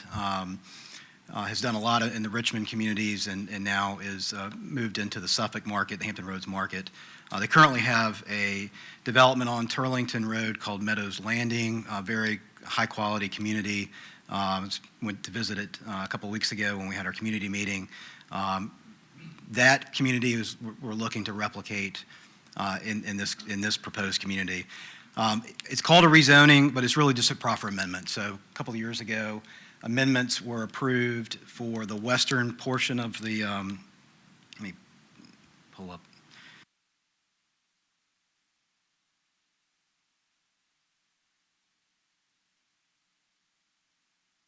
So where it says existing residential cluster, City Council approved an amendment to proffers for that section that effectively broke up the development into the western piece and the eastern piece. H.H. Hunt has put those back together, is going to develop it as one community, cohesive community. And so the proffers that are before you tonight will match the proffers that were approved for what says existing residential cluster subdivision. The cluster provisions in the UDO, in my opinion, result in a higher quality development than the conventional subdivision standards, and so we think this is a good proposal. Modest increase in density, cluster development, high quality. We think this is a good idea. The Turlington Road intersection with Carolina will be improved. The turn lanes will be extended. So all in all, we think this is a good plan and the right plan for this property. Just to highlight one point that I know this was discussed earlier. So you see up there for the top of the screen, there's actually a stub street. So that little winding driveway that was discussed, will be replaced with a public road street connection, and so that will then be the connection that property will access through the subdivision to Turlington out to Carolina. So with that, I'd like to introduce three representatives of H.H. Hunt.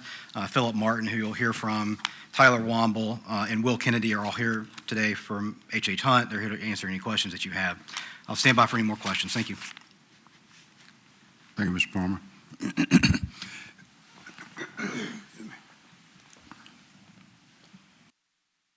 Mr. Chairman, Planning Commission, thank you for having us tonight.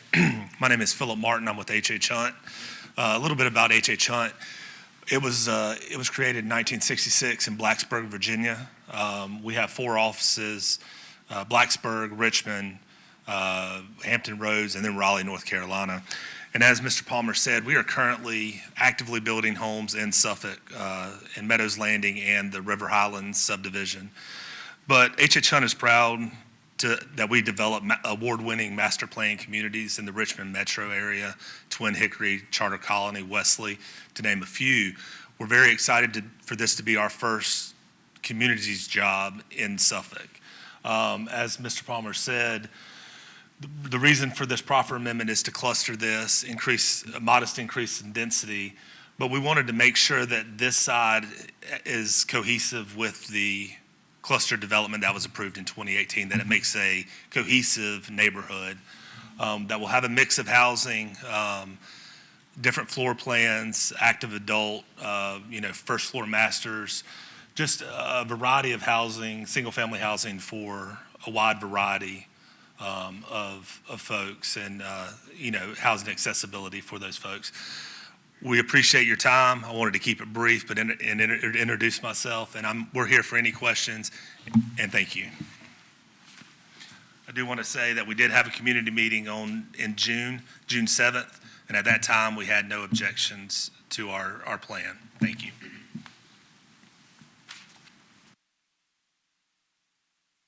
Got 5 minutes. You want to come up, Palmer? Okay. Is anyone else to speak in favor of this request? Hearing none. Is there anyone to speak in opposition? Hearing none. I close the public hearings. Commissioners, questions? Motion? Discussion? Mr. Chair, I move approval of RZN 2022-006 I second it. Motion? That's with the proffers. with any proffers or? Yes, with any proffers. With the proffers. Yep. I second it. You got a second from Mr. Goodman? Okay. Any discussion of the motion? Wyman, will we call for the vote? Yes, sir. Commissioners, please vote.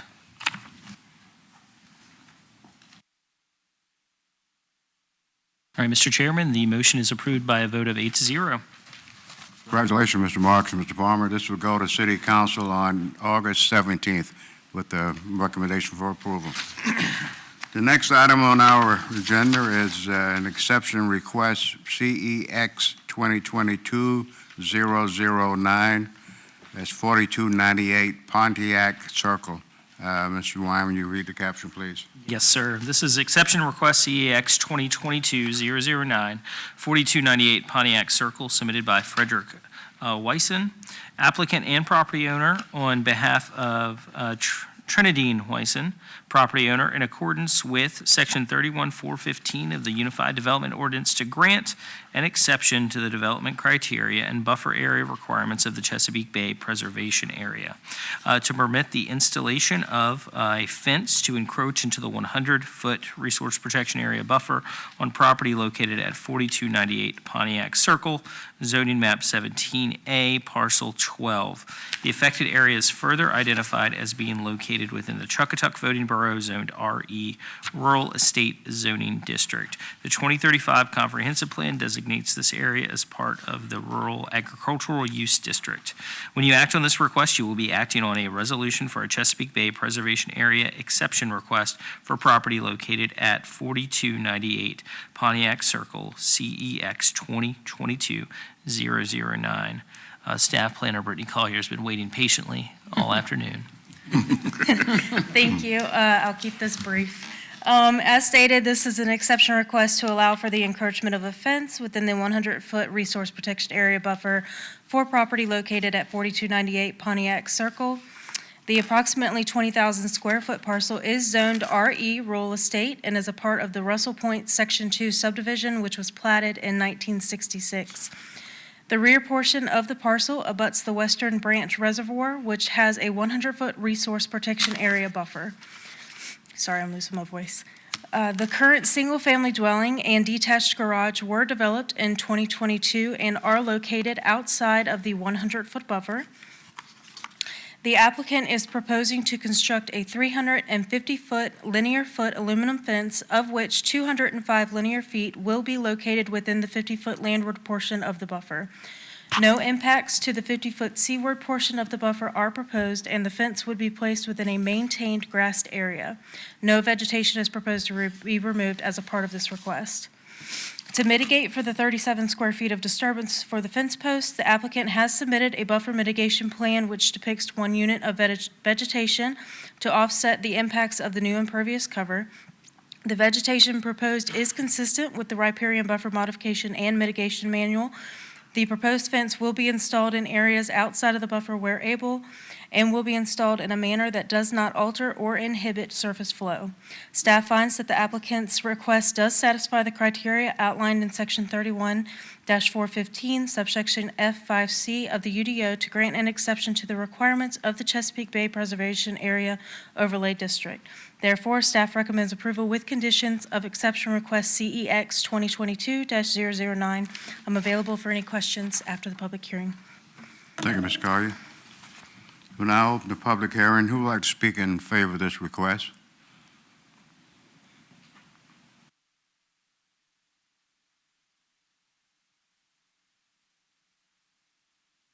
Mr. Chairman, council members, I'm Frederick Wizen. I'm the homeowner with my wife, and we're available for any questions, and we appreciate your consideration of this exception. Thanks. Thank you, Mr. Wilson. Is there anyone else to speak in favor of this request? Hearing none, is there anyone to speak in opposition? Hearing none, we'll close the public hearing. Commissioners, question, comments, or a motion? Mr. Chairman, Mr. Wilson, I'm familiar with this property because I worked with the realtor that sold the lot, and I went out there with him to help him photograph it, and I took my drone out there and to get some drone shots of the lake and everything else. I crashed it into a tree in the front of the lot. You haven't seen it, have you? Thank you. I'm sure at this point it's probably completely deteriorated, but it's a continuing source of humility for me in my own office, so. Having said that, you're going to make a motion? Yes, with that drone excluded, I would make a motion for the approval of CEX 2022-009. A second. You got a second from Commissioner Hicks. Discussion on the motion? Mr. Wyman, you call for the vote, please. Yes, sir. Commissioners, please vote.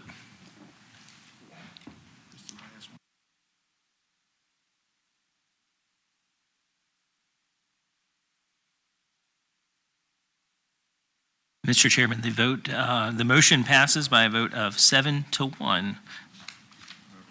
Thank you, Mr. Wyman. Congratulations. This have to go no place. You can put your fence up and put the necessary compensation for the disturbance. Congratulations. The next item on our agenda is a ordinance text amendment, OTA 2022-003, exception request for fences.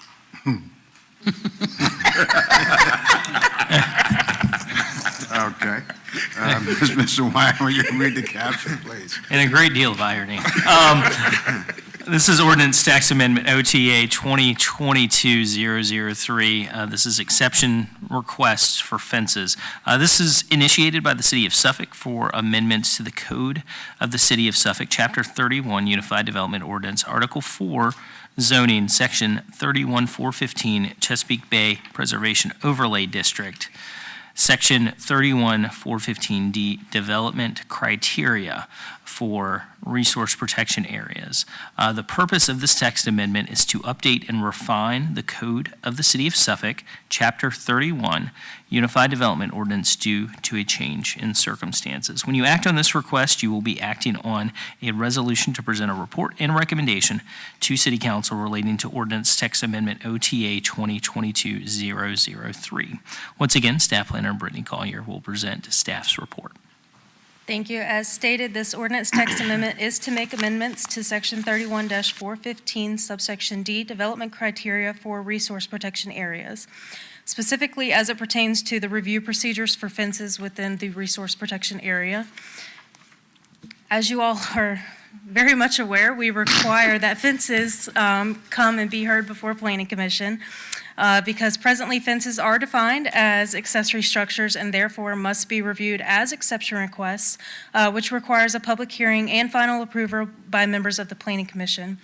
At a minimum, the applicants are required to provide a survey showing the placement of the fencing, demonstrate that the fencing will be installed in a manner that does not inhibit or alter water flow, and provide a buffer mitigation plan to offset any disturbance associated with the installation of the fence. The proposed changes would allow for fences that encroach within the RPA to be reviewed through an administrative process or an encroachment application, rather than a public hearing process or an exception request. On this slide, you will see the proposed draft language that we are proposing. As outlined in the design requirements, the applications would still be reviewed based on the minimum criteria that we currently request as a part of the exception applications. The only change would be that the application would be handled administratively rather than through a public hearing process, thereby reducing the amount of review time for staff and applicants and as well as you all. Sorry. So if you all have any questions, I'm available to answer any. Yeah, and before we open the public hearing, you all have in front of you some minor edits suggested, recommended for approval as it pertains to this ordinance from our city attorney's office. Those are incredibly minor in nature. Casing of exception requests in the first sentence, the removal of some additional language in subsection A that really does not affect the change in general. The biggest change would be in subsection C, which we will change buffer mitigation plan to minor water quality impact assessment. Minor water quality impact assessment includes the buffer mitigation plan, so we're comfortable with those edits. And I say this to inform you that when you do take motion, it would be appropriate to do it as recommended for amendment by the city attorney's office. I will now open the public hearing. Is there anyone here to speak in favor of this request? Hearing none. Did you want to speak in opposition? Hearing none, we'll close the public hearing. Mr. Chairman, I say with great joy that I move for the approval of OTA 2022-002 with the amendments from the city attorney's office. Second the motion. Oh, that was quick. We had three. Take one. We'll go with Goodman. How's that? All right. Any discussion of the motion? Yeah. Yes, this is officially the Johnny Edwards amendment. Yeah, make sure I'm clear. This is it. We won't see the previous one no more no more. if we vote yes on this, right? Yeah, no more fences. No more fences. Okay. Fully expect you to vote no on this. No. Now, that's why I voted no on the previous one. That's my goodbye. That's all. It was nothing personal. That was my goodbye to it. I do see the last property owner is still here. He probably wishes he hadn't submitted for his fence. If he had waited 30 days, he'd probably been home at 6 o'clock tonight. Do I have you call for the vote, please? Yes, sir. Let's do this. Commissioners, please vote.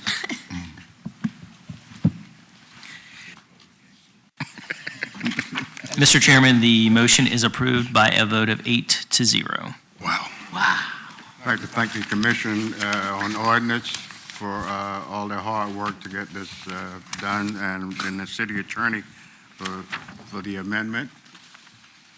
And we have one item left, actually 2 items left on our agenda that are not public hearings because they were a public hearing last month and they have been closed.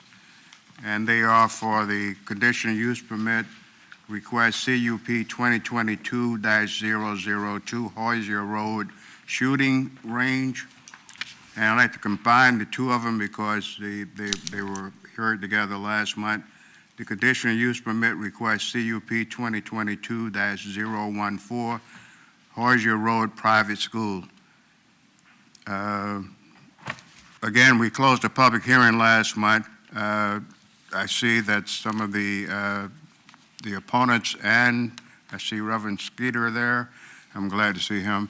I'll call the proponents first. You have anything additional you would like to add?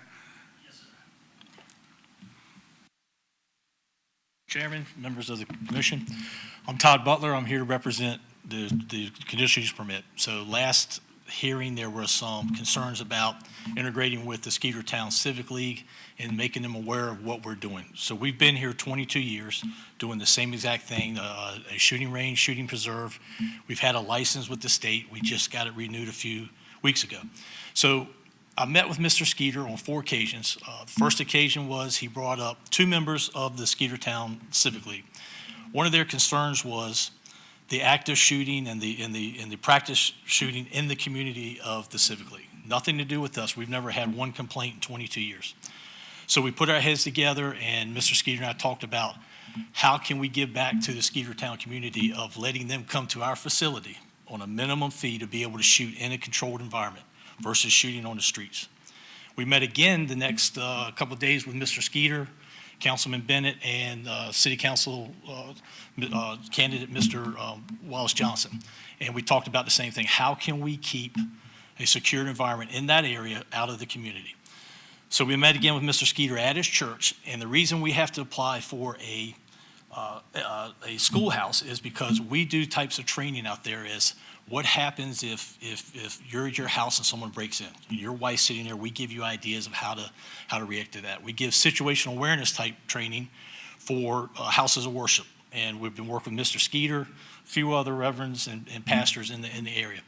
So when we went back and met with Mr. Skeeter again, they had a couple of answers and questions, and we went through and answered pretty much everything that we thought would help them out. They got a level of comfort on what we presented to them and how we're going to react to support the community. Went back to the the Civic League meeting on the Tuesday and addressed pretty much the Civic League at that point. Same thing, everyone seemed to be for it. We had a couple resistance with the hunt clubs, et cetera, et cetera. They're worried about the wildlife in that area. But, we have been hunting quail and chukar there for 22 years. There's no one in this city that knows anything more about those woods than us. We feed our quail. The deer, the bear tear our quail up. So we know the wildlife's not affected. But our main concern was, how do we keep the community safe? We have a shooting range right at our front entrance by a homeowner, which is within 500 yards of us. We have another homeowner shooting range on the other side of the city dump that is active pretty much all the day. Mr. Skeeter and some of the Civic League members have mentioned that there's been gunshots through some of their windows. So we put a proposal together, let's get everyone in a controlled environment. During the hunting season, people that live in the northern areas or in areas that don't have areas to come shoot, we want to work something to where they can become out there and shoot their shotguns instead of riding down the highway and shooting the stop signs, the road signs, et cetera, et cetera. So we're trying to give back to the community. It is a private facility, so no one can actually just come in and shoot. You have to be vetted. We met with the police, Mr. Chandler, met with their SWAT team, met with Mr. Al Moore. We've met with every city councilman that's been to the facility for a tour. Mr. Johnson couldn't make it, but he sent someone in his place to review the facility. So we've answered pretty much all the questions that the Civic League needed, and I think we're in a comfort level zone there that I think we can support each other and continue doing it like we've done for 22 years. But I'm free to answer any questions that anyone has. Thank you, Mr. Butler. Any questions for Mr. Butler while he's at the podium? Thank you, Mr. Butler. And I'd like to invite Reverend Skeeter up to the podium.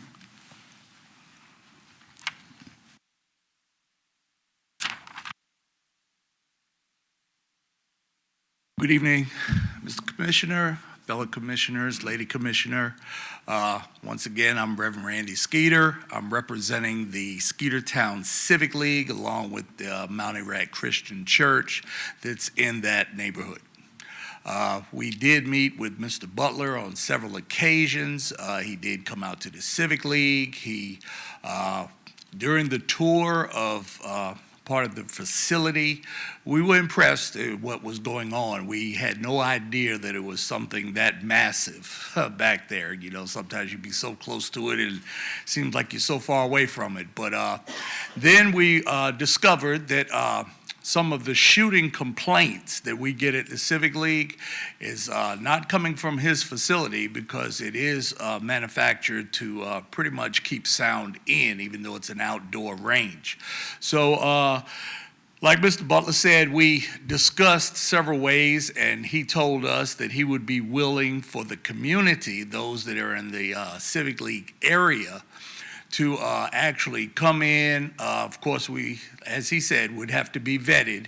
And for it may be a reduced rate, we could use his facility for a shooting range. We're hoping that we can offer that to some of the people that are just doing it in their backyard. The bullet through the window was actually on the other side, the Carolina Road side, where it was a neighbor that came in, a bullet came through the bedroom window. So some people, it's kind of a rural area and a lot of people shoot their guns, but as we've spent all day listening about how things are changing in Suffolk, it's not as rural as it used to be. So if we could have something to offer these people, there's no guarantee that they're going to take them up on the offer, but at least the offer will be there. We've been told by Suffolk Police when they come out to our Civic League meeting that when we hear gun shooting and things like that, call.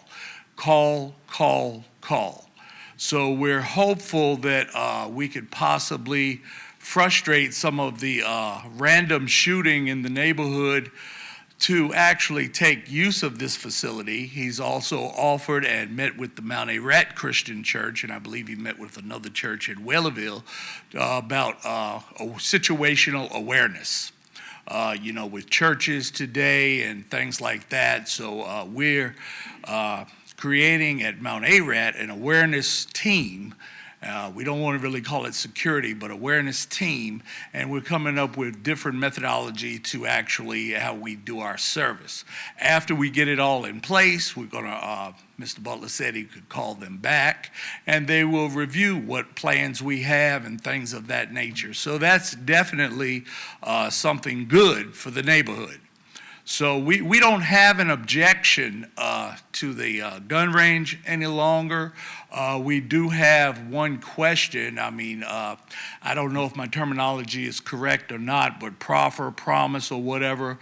But we would just like, I don't know if the recording here is sufficient, but we would like to continue with his words, saying that he would still offer up to the community and things of that nature. If that's the case, we have no objection. Thank you, Reverend Skeeter. Mr. Butler, you want to comment on that last statement or not? To get it on record, it's recorded. On record, and we are true to our word. We're here to help the community any way we can. We're here to help all the churches within our region, here to help all the community, to make it a safer, better place. For the police, they're shorthanded. They can't respond to all these calls. So we're here to support the churches, and we're here for our word to support the community, whatever we need. Thank you, Mr. Butler. All right, thank you. I want to thank Mr. Butler and Reverend Skeeter for having this cooperative get-together to resolve the difference of opinions. Okay, thank you very much. So, Commissioners, we're going to separate these. We have a conditional use permit request, CUP 2022-002, Hoosier Road Shooting Range. I'm going to take a motion, and we'll discuss that and vote on that. Then we'll move to the last item. Make the motion for approval of CUP 2022-002.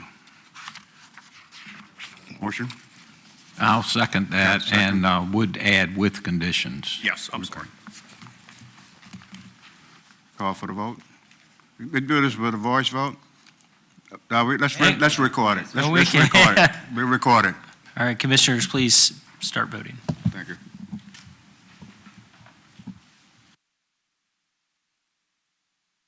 Mr. Chairman, the vote is approved by the motion's approved by a vote of 7-1. Thank you. And the other part of this motion is for the conditional use permit request CUP 2022-014, Hoosier Road Private School. Again, we'll take a motion for that. So moved, Mr. Chairman. Okay, Mr. Creekmore. Second. Second. With the conditions. With the conditions. With conditions. Okay. Got it? Okay. Do a call for Sir. the vote, please. Commissioners, please vote.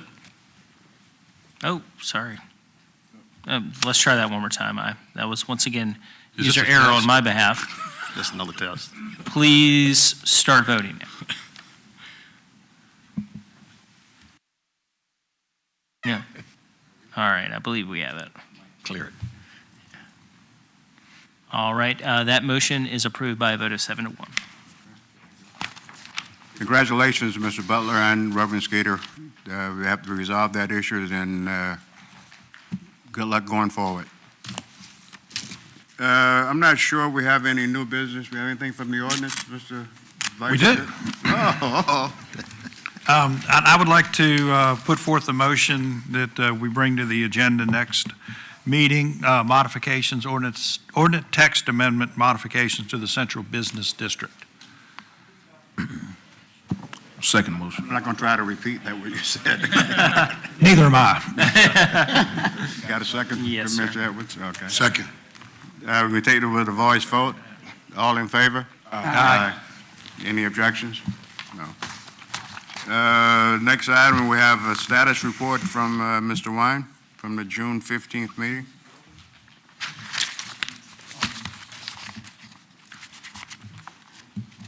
Thank you, Mr. Chairman.